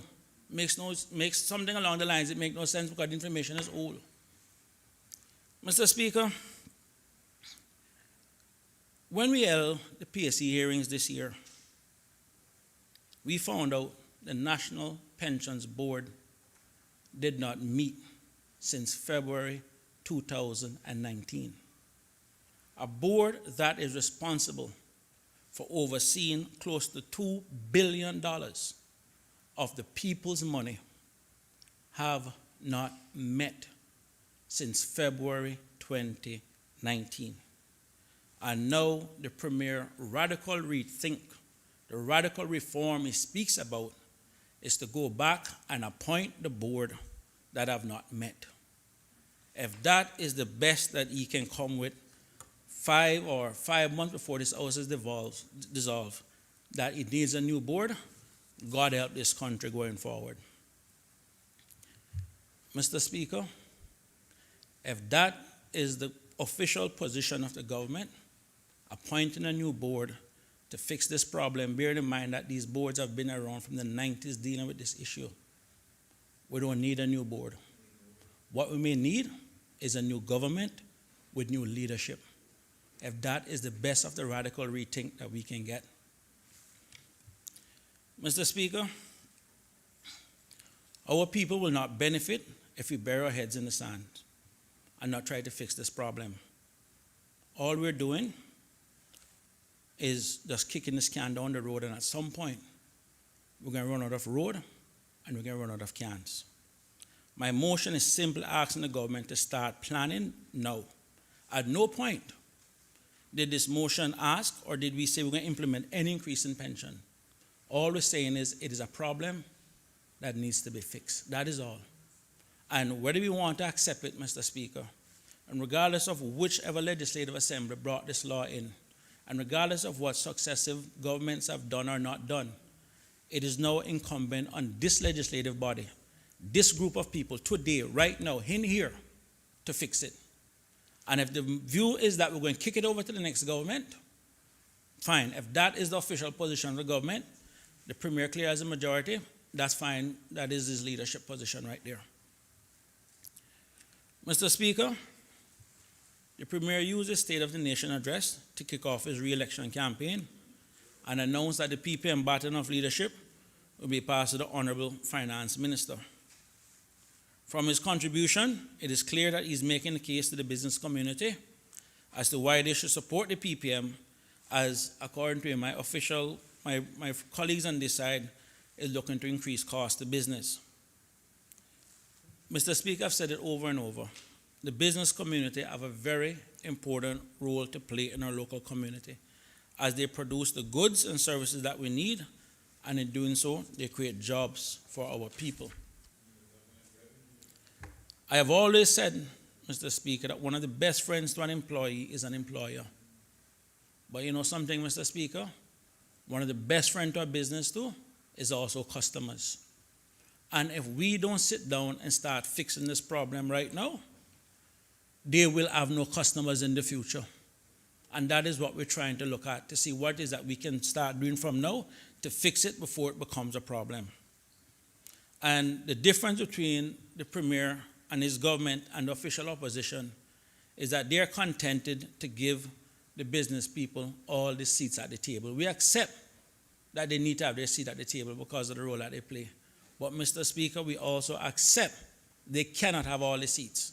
And at no point in the Premier's contribution did I hear 1 ounce of empathy or even compassion for the many employees that are still affected today. Because, Mr. Speaker, listen, we still have employees that cannot get their pension money from some people. Regardless of more than 6 months now, they still can't get their money. Those are still people, and you want to tell us that those are the businesses that we're looking to actually protect? Those are the kind of businesses. Mr. Speaker, we believe that everybody needs to be represented, and it's not just the business community. Everybody needs to be represented. We have all heard the horror stories of businesses that are not doing right by the employees and customers. What about the employers that have not paid no pension and the employees were left with nothing during this crisis? Don't those employees need representation too, Mr. Speaker? What about companies like Fidelity Pension that still hasn't paid, and I'm still getting complaints about them? And I'm sure other members in this house is getting complaints about them also. Don't their customers need representation? Mr. Speaker, we have a consumer protection bill that still can't reach this legislative assembly. But yet, Mr. Speaker, we have a domestic partnership bill and a colonial era bill that we borrowed from Bermuda, passed in 1965, and we rushed it up inside here. But we can't bring a consumer protection bill yet. We still have the mortgage issues. We still have those issues to deal with. But yet, look at where the priority is. I know District Council, thank the member for Georgetown Central for reminding me of that, despite 2009 when we got the new constitution asking for it. Mr. Speaker, let me repeat. All the motion asked us for was us as the current members of this legislative assembly to come together and see what we can do to make pensions in this country more viable. And I am really and truly sorry that maybe the Premier heard something else. And all I can say, I'm responsible for what I say. I'm not responsible for what the Premier hears. And that's why, again, Mr. Speaker, I just want to look at it again, and it says, just to read the resolve section once more, be it therefore resolved that this legislative assembly establish a select committee to review the impact of the recent changes to the national pensions law and make recommendations to ensure that the adequacy and viability of the pension funds registered in the Cayman Islands can meet the future requirements of our people. What is wrong with that? But the only solution we're hearing is we're going to appoint another board. Those board people aren't elected, you know. Those board people aren't the ones that people are calling to, that people are complaining to. Those are the very same people that we go out and campaign for, beg them for them vote, and say we want to represent them.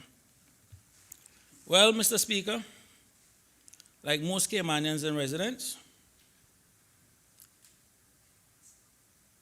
we all know, as the old people always say, if you can't hear, you will feel. And Mr. Speaker, I will say this much.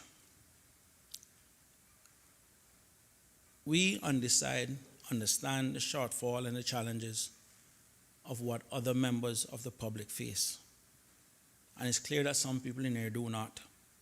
That's the reason I said at the beginning, woe be unto the shepherds that feed themselves and not the flock.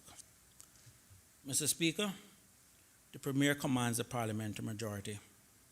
And I know what he says over there goes. That is democracy. In this House, the majority rules. Unless, of course, it's the domestic partnership bill. That's a different story. But it is clear that the government is happy to pass this very important issue off to another government board. A board in the past that couldn't even get something as simple as a report out. But now we're expecting them to deliver the radical reform that the Premier talks about more than 6 months ago. Well, Mr. Speaker, we on this side believe that the responsibility of ensuring that there's a proper pension in place for our people is our responsibility, not another government board to be appointed that may or may not even meet, as evidenced by where we are with this pension mess. We believe that in this House, we should be able to walk and chew gum at the same time, and that we have a responsibility to fix this broken system.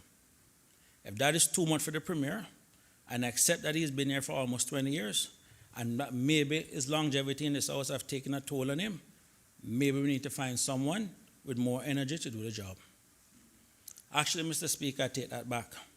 Because in his second term, when he was Minister responsible for pension between 2005 and 2009, the pension funds lost over 200 million under his watch, and it took us 11 years to get the report on that. So maybe it has nothing to do with energy. Maybe the Premier just doesn't understand how pensions work. And I'd be more than happy at any time when the LA session is finished to sit down and have that conversation with him. I think I owe him that much.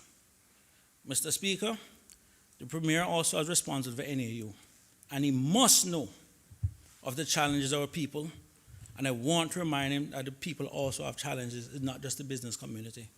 Our people also have those challenges too. But, as I said, Mr. Speaker, the silly season has clearly begun, and the purpose of elections is to determine the will of the people. If it is the will of the people that the employers receive priority over the employees, then I expect that the Premier and his team will be re-elected, and I want to be the first to go on record and congratulate the Honorable Minister of Finance for being the next Premier.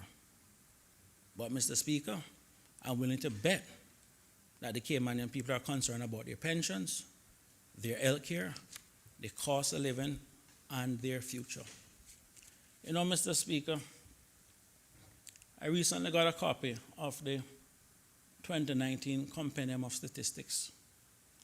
And one of the things I looked at was, and I must pause to give the ESO credit for the work that they do, and all the government departments that provide the ESO with information, and the members of the public, because it is important for us inside here as political leaders and people who promote policies to have certain information. And one of the things that jump out at me is that when we looked at the Cayman population, per the Compendium Statistics, at the end of 2019, we had a population of 69,914 people. Of that amount, Mr. Speaker, 37,363 were Caymanians, and 32,551 were non-Caymanians. But the number that I really wanted us to look at, Mr. Speaker, was those above the age of 35. And per the Compendium Statistics, 20 of the Caymanian population of 37,363, 20,154, or 54%, were above the age of 35. In the non-Caymanian, there were, of the non-Caymanian population of 32,551, 20,371 were above the age of 35, that's 63%. And the weighted average is 58%. And the reason I highlight that, Mr. Speaker, is we have spoken in this House many times about fertility rate, population growth, dependency ratio, and everything else. And we need to also recognize that we have a population that is growing older, much faster. And, Mr. Speaker, I encourage members of this House to go and look on a website, and I'd be more than happy to forward them the report if they need. It was a report that Bermuda did called the SAGE Commission, and it stands for Spending and Government Efficiency. I'd be more than happy to email it to anyone.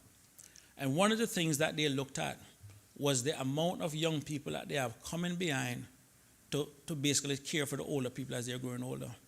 And they have a serious issue. We have a fertility rate that is below the natural replacement rate of 2.1. We are around 1.87. We have a population issue, and we have a pension issue, because what's going to end up, Mr. Speaker, is when we go to retire, we will not have enough young people coming behind to basically take care of us. This is something that is important to us. We don't need to make the same mistakes that other countries make. We have enough ability to sit back and study from many of these countries and learn from their mistakes. And it is really disheartening, Mr. Speaker, that after sitting back here from when this house have started, and yes, at the end of the day, politics is still a system of ideas, ideals, and ideology. But I would like to think that every single member in this house have the responsibility.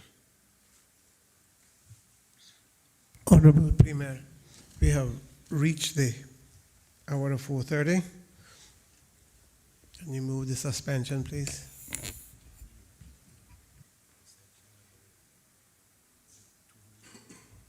Thank you, Mr. Speaker. Mr. Speaker, I move the suspension of Standing Order 10-2 in order that the member from Bordentown West may finish his speech and the business of the House may continue beyond the hour of interruption. Question is that Standing Order 10-2 be suspended in order for business of the House to continue after the hour of 4:30. All in favor? Aye. Those against? The ayes have it. Standing orders are suspended. Member for Bordentown West, continuing. Thank you, Mr. Speaker. And Mr. Speaker, like I said, we have the ability to learn from others. And Mr. Speaker, there's a point I want to make here. I want to remind members of something that I said during the constitutional debate for the changes to the Constitution. One of the things that have made the Cayman Islands unique, unlike other of our brothers and sisters and cousins across the Caribbean, is that we were never properly colonized, and as a result, we were able to develop our systems and our process the right way. The normal growth of any country, Mr. Speaker, is it starts at a community level. And when people start trading amongst themselves, they create an economy. So the community comes first, the people comes first, then the economy comes second.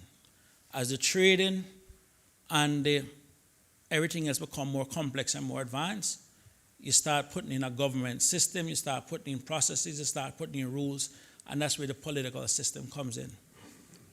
People 1, economy 2, politics 3. That was what allowed Cayman to be what it was, because we were able to develop normally.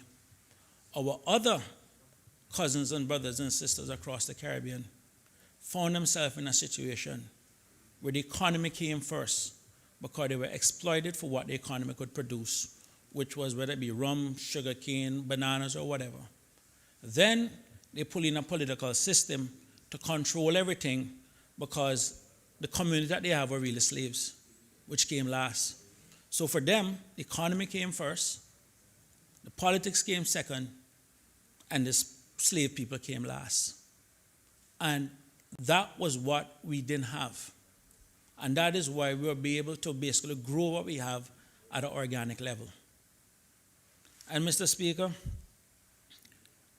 for whatever reason, we seem to be abandoning the things that have made Cayman what it is, the things that have made us unique, that there's nowhere else on this planet you're going to find over 100 nationalities living on 102 square miles. Nowhere. No city, nowhere that you'll find anything as unique to what we have done. But we have built that not just from catering to the business people, but also because we recognize balance and we recognize that everybody needed their seat at the table. And this is what it comes down to. We have a responsibility to fix something. And Mr. Speaker, earlier this year, the 1st of May, the Honorable Leader of the Opposition, Mr. The member from East End, I sent a letter on the 1st of May to the Premier. And I recognize from my colleague from Newland's contribution that it appears that letters that are sent to the Premier are not shared with other members of the House. And I would like to use this opportunity to read this letter so that everyone can understand what it is. And I'm going to ask the page Please, to circulate. yes, if you could circulate whatever you propose to read. Yep. I used up my 2 hours.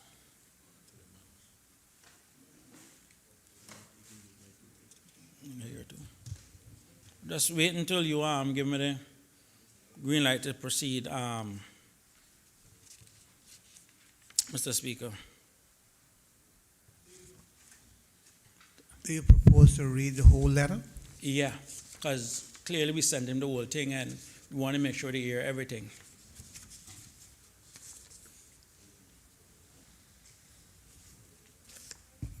May I proceed? I can start. Thank you, Mr. Speaker. Proceed, please. The date is May 1st, 2020, and it addressed to the Honorable Alden McLaughlin, MBE, JP, MLA, Premier. Government Administration Building, Box 102, 133 Elgin Avenue, Grand Cayman, KY1-9000, Cayman Islands. Dear Premier McLaughlin, thank you for sharing the draft opening plan for our domestic economy. My colleagues and I once again appreciate the opportunity to contribute to this phase and welcome the level of political maturity you have exhibited to ensure that our beloved islands not only get through this crisis, but come out stronger. Last night, I had the opportunity to discuss with my colleagues the plan and the helpful explanations put forward by your team and submit for consideration our views utilizing the references in the report. Introduction says paragraph 1 and 10. We note that the draft plan extracts large portions of the interim guidance issued by the World Health Organization on adjusting public health and social measures, with the ultimate aim of reaching and maintaining a state of low level or no transmission of COVID-19. While this guidance is helpful and welcome, we need to ensure that they work in the best interests of our islands and our people. Implementation of the adjusting of the PHSM, paragraph 9.2. This suggests that the entire plan is dependent on the success of the measures outlined here and will require, as noted in bullet point 3, possibly enhanced health workforce and hospital capacity, trained and provided with appropriate personal protection equipment, PPE. Our concern is that we don't have the resources, especially human capital, needed to succeed here. Equally worrying is the fact that we don't have the ability to get people trained and ready to act, especially as we are looking to ease restrictions by Monday, the 4th of May, 2020. Para 9.4. We note that the preventive measures to be established in the workforce might include thermal monitoring.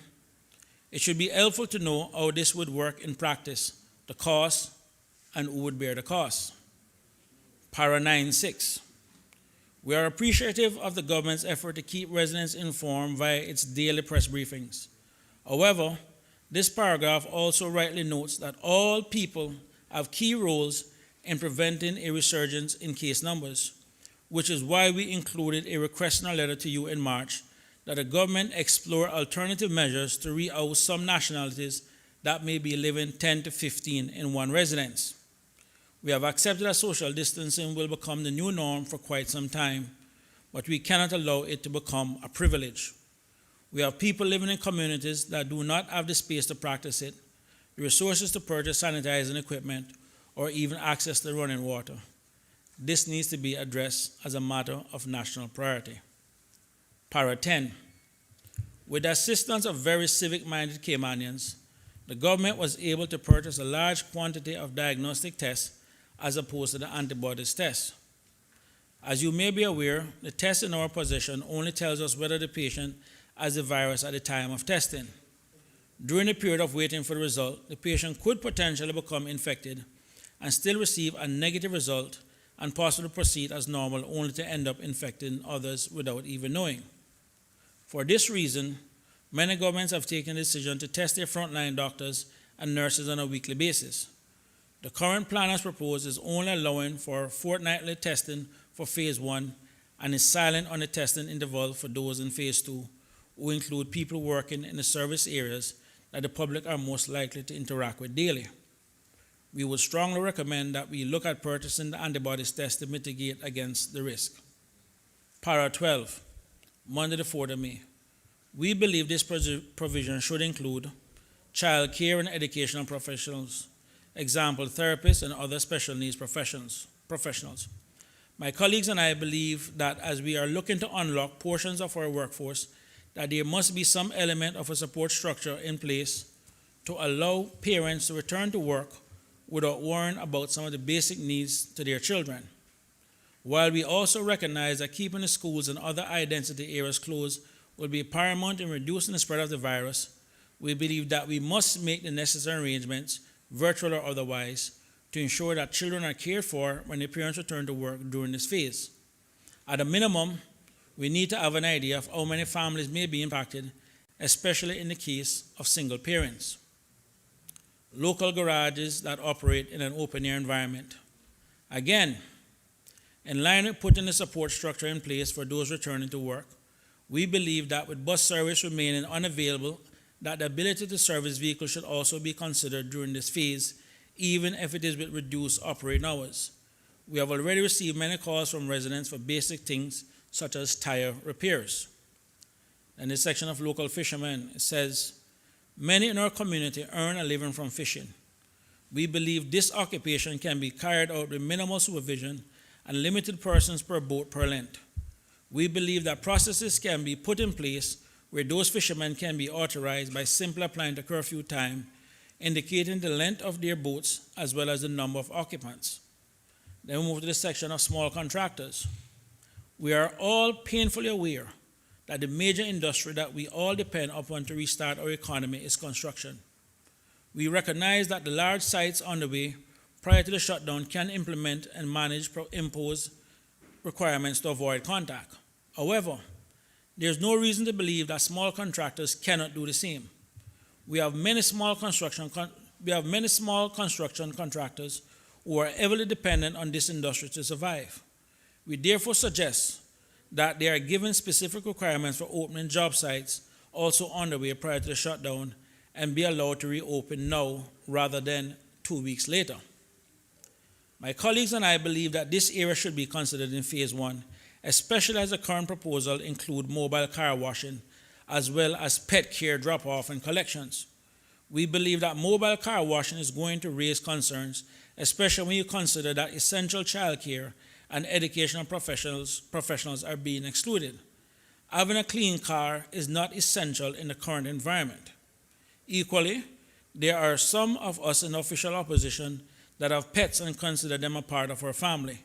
It is difficult to consider their welfare above those of a family that needs a parent to return to work in order for them to survive. We know that it is a difficult decision to make, but at a minimum, we believe that we needed to record our concerns and provide an alternative view. Moving to page 4, Mr. Speaker, and it starts with hardware stores. Members of the opposition have been inundated with requests from the public to advocate for the reopening of the hardware stores. We are confident that these businesses now have the capability to operate whilst maintaining, and indeed exceeding in some cases, the requisite social distancing protocols.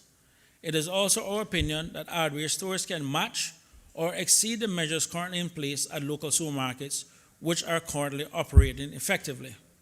These establishments will complement the easing of restrictions within the construction industry, in addition to allowing homeowners the ability to undertake home improvement projects and begin necessary preparations for the upcoming hurricane season.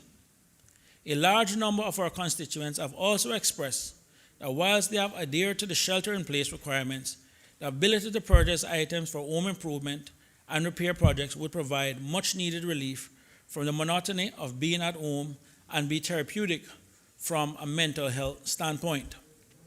The section of mass testing reads, Mr. Speaker, Phase 1. Currently, anyone flying into our islands is subject to testing. We are therefore surprised to note that all Cayman Airways staff is being included in Phase 2 rather than Phase 1. It is our view that all cabin staff should be tested as a matter of priority and thereafter regularly. Although not covered in the report, we would like to comment on the following. Face masks. While we know that many countries, especially in Europe, are mandating the wearing of face masks in public, and you have announced the eventual requirement here also, we believe that the public would benefit from clear guidelines as to the standard of mask face covering required and the frequency of changing. This, of course, is predicated on consumers and businesses being able to purchase these locally. We therefore believe that until then, the public should be encouraged to continue to wear masks, face coverings, practice good hygiene, social distancing etiquette, and higher cleaning standards. Money transfer services. We are aware that you have announced the reopening of the money transfer services, provided that they meet certain conditions.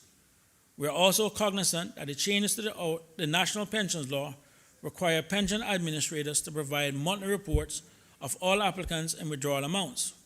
However, we need to ensure that we are not encouraging people who receive their pension withdrawal to send it overseas. We very much want the funds to remain within our local economy and would suggest that some stipulations and or limitations be put in place on the frequency and or amounts that can be transferred. Additionally, we believe that a list should also be provided to the government to ensure that people who transfer funds overseas do not present themselves to the government for assistance. This is not to say that we are not aware that by having a large transient workforce that this is not to be expected. However, it would be unfair to the country and to Caymanians that we amended the National Pensions Law to the benefit of another country's economy. We cannot allow the people to take advantage of the Caymanian people's generosity by abusing the public purse.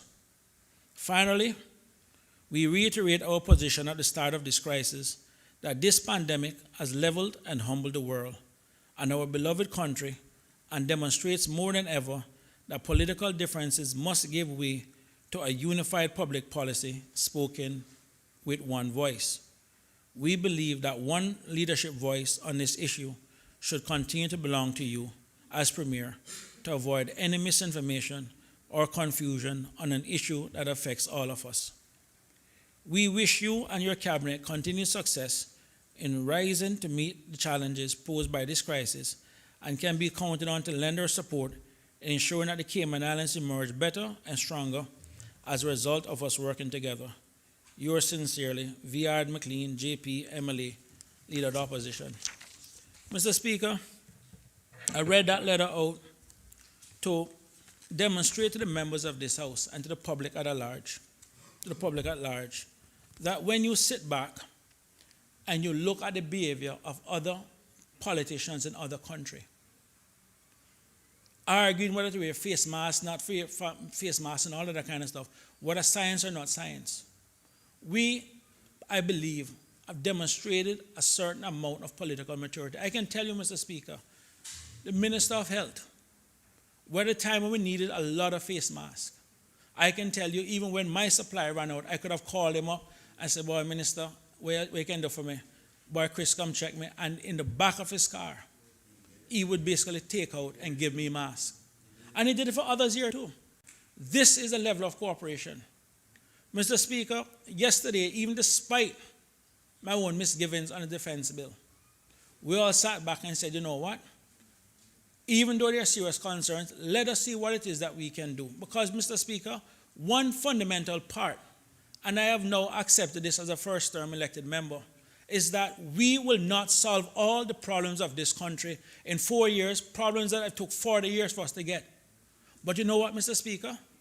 If bit by bit we can fix a little piece here, a little piece there, it will eventually get better. And that is all it is that we're looking to do. But, Mr. Speaker, we are getting ready to change the name of this Legislative Assembly to Parliament. And one of the things I remember the Honorable Leader of the Opposition and member for Eastern saying to me when we had put forward the motion for a select committee, he said, Chris, you know Arlen don't like select committees. I said, Arden, if we expect to move now to a parliamentary process where we're no longer MLAs but MPs, there must be some level of change management in our psychology to understand that more will be expected of us. We passed a legislative management bill to once again move our political process forward. And Mr. Speaker, we may not get there overnight like other countries. Like I said, Bermuda militia is 400 and something years old. Why? Because of Bermuda's geographic location between North America and Europe. If you understand the trade winds coming out of North America, you have to stop in Bermuda for fuel or supplies or whatever it is you need. Coming into the Caribbean, the Americans went out there, they made sure they got Guantanamo Bay, Cuba, they got Puerto Rico, they got the U.S. Virgin Islands. Why? Windward Passage, the Mona Passage, those are the areas that lead up. And this is going back to the days of days of sail ship, when the winds would carry up for you to get to North America. You also had the Anegada Passage, that you needed to catch that wind to go down to the Panama Canal to go around to the west coast of America. That is why America is down there in Panama Canal. These are the kind of things that went into decisions back then. But we're no longer living in those times. We're now living in a different time. Steamship changed that. It didn't need no winds, it just push across. In countries where you could file the winds, they had oars, they had slaves down the bottom rowing boats. Why? Because you had no wind. But we don't have that anymore. Steamship, the Industrial Revolution changed all of that, Mr. Speaker. But the point I'm making in all of that, Mr. Speaker, is that these things are what countries go through, and they change bit by bit by bit. And Mr. Speaker, regardless of where we stand in this House, as I said before, politics has always been about ideas and ideology. I believe at the end of the day, as I said yesterday, every single one of us inside here has responsibility to lift up every single Cayman regardless of where they stand. And I even highlighted to the Premier yesterday that part of my even pushing for him to have more responsibility in the defense bill was because I see of his ability in this crisis compared to other leaders. You give Jack his jacket, you give credit where credit is due. And for him to sit back now and say, rather than us put together a committee, and yes, we may not fix the problem today of pension, but we need to start somewhere.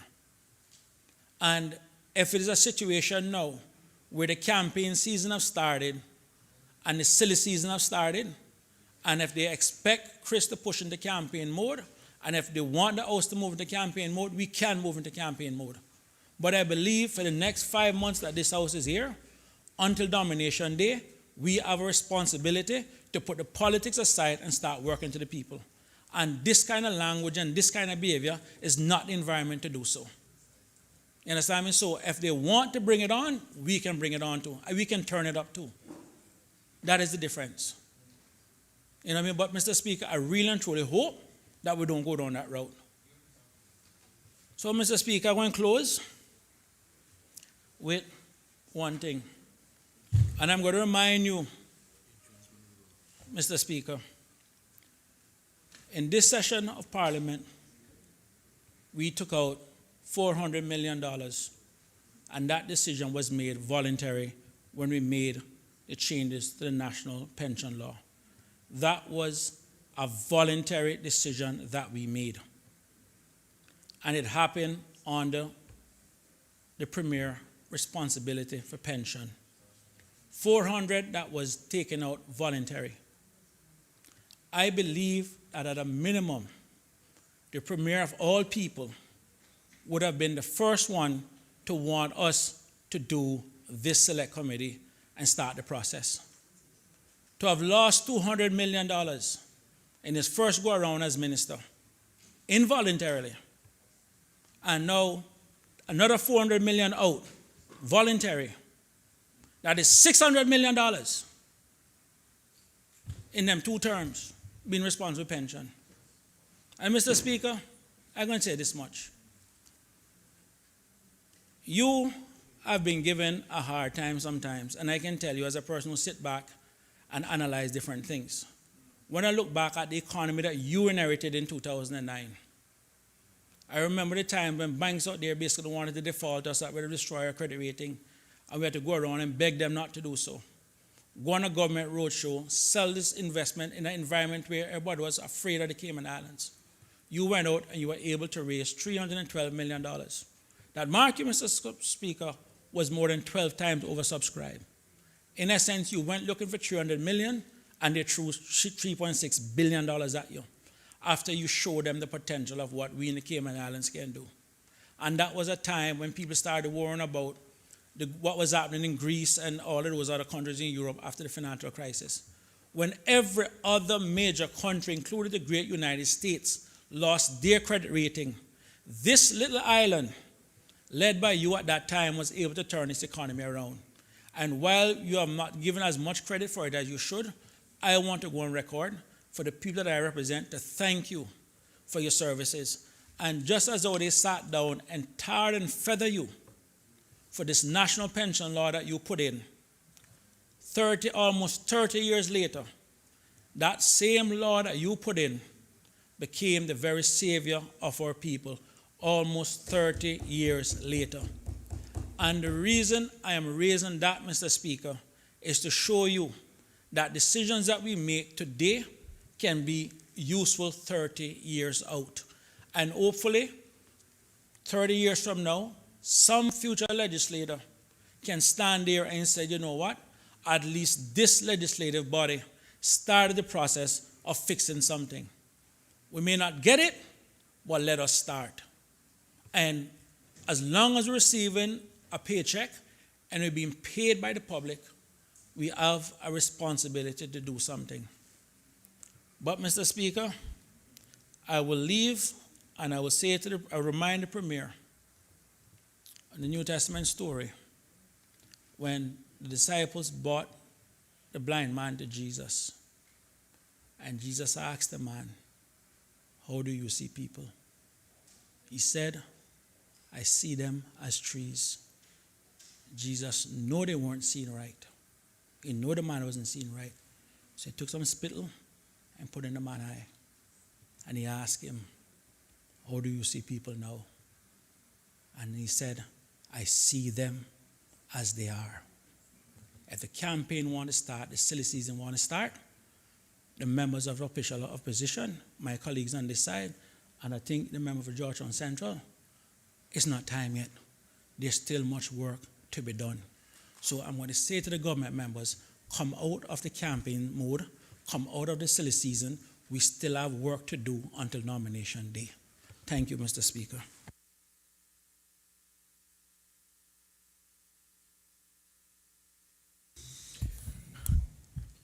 Question is, be therefore resolved that this Legislative Assembly establish a select committee to review the impact of the recent changes to the National Pensions Law and make recommendations to ensure the adequacy and viability of the pensions funds registered in the Cayman Islands to meet the future retirement needs of the people of the Cayman Islands before the 28th of February 2021. And be it further resolved that the Select Committee also considers the feasibility of implementing disability benefits for employees in the Cayman Islands. All those in favor, please say aye. Aye. Those against? No. Mr. Speaker, division, please. Clerk, can you divide, please? Honorable Alden McLaughlin. No. Honorable Moses Kukernal. No. Honorable Juliana O'Connor Connolly. No. Honorable Dwayne Seymour.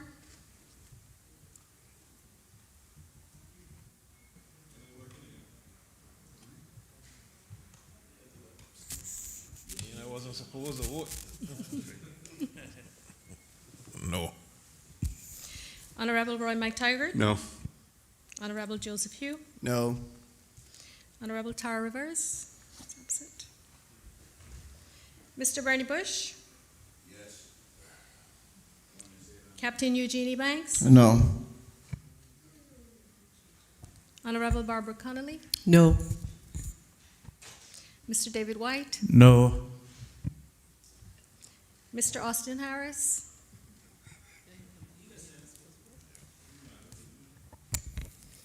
Mr. Ezra Miller,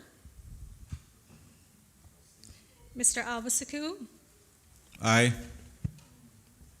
Mr. Kenneth Bryan, Aye. Mr. Anthony Eden is absent. Mr. Christopher Saunders, Yes. Honorable Arden McLean, Yes.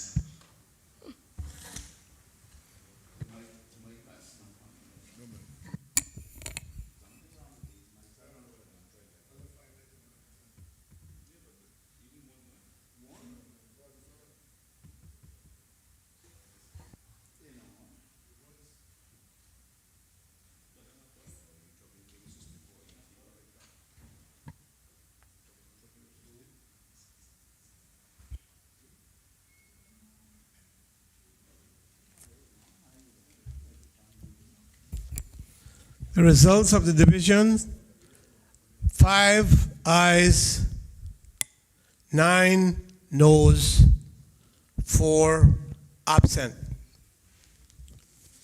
The motion has failed. Honorable members, I have received apologies from the Minister of Financial Services, whose son has been hospitalized and she's not able to be here and might not be here for the balance of the week. She tenders her sincere apologies, and we continue to pray for the little boy. The House will suspend proceedings until 6 o'clock, 6 p.m.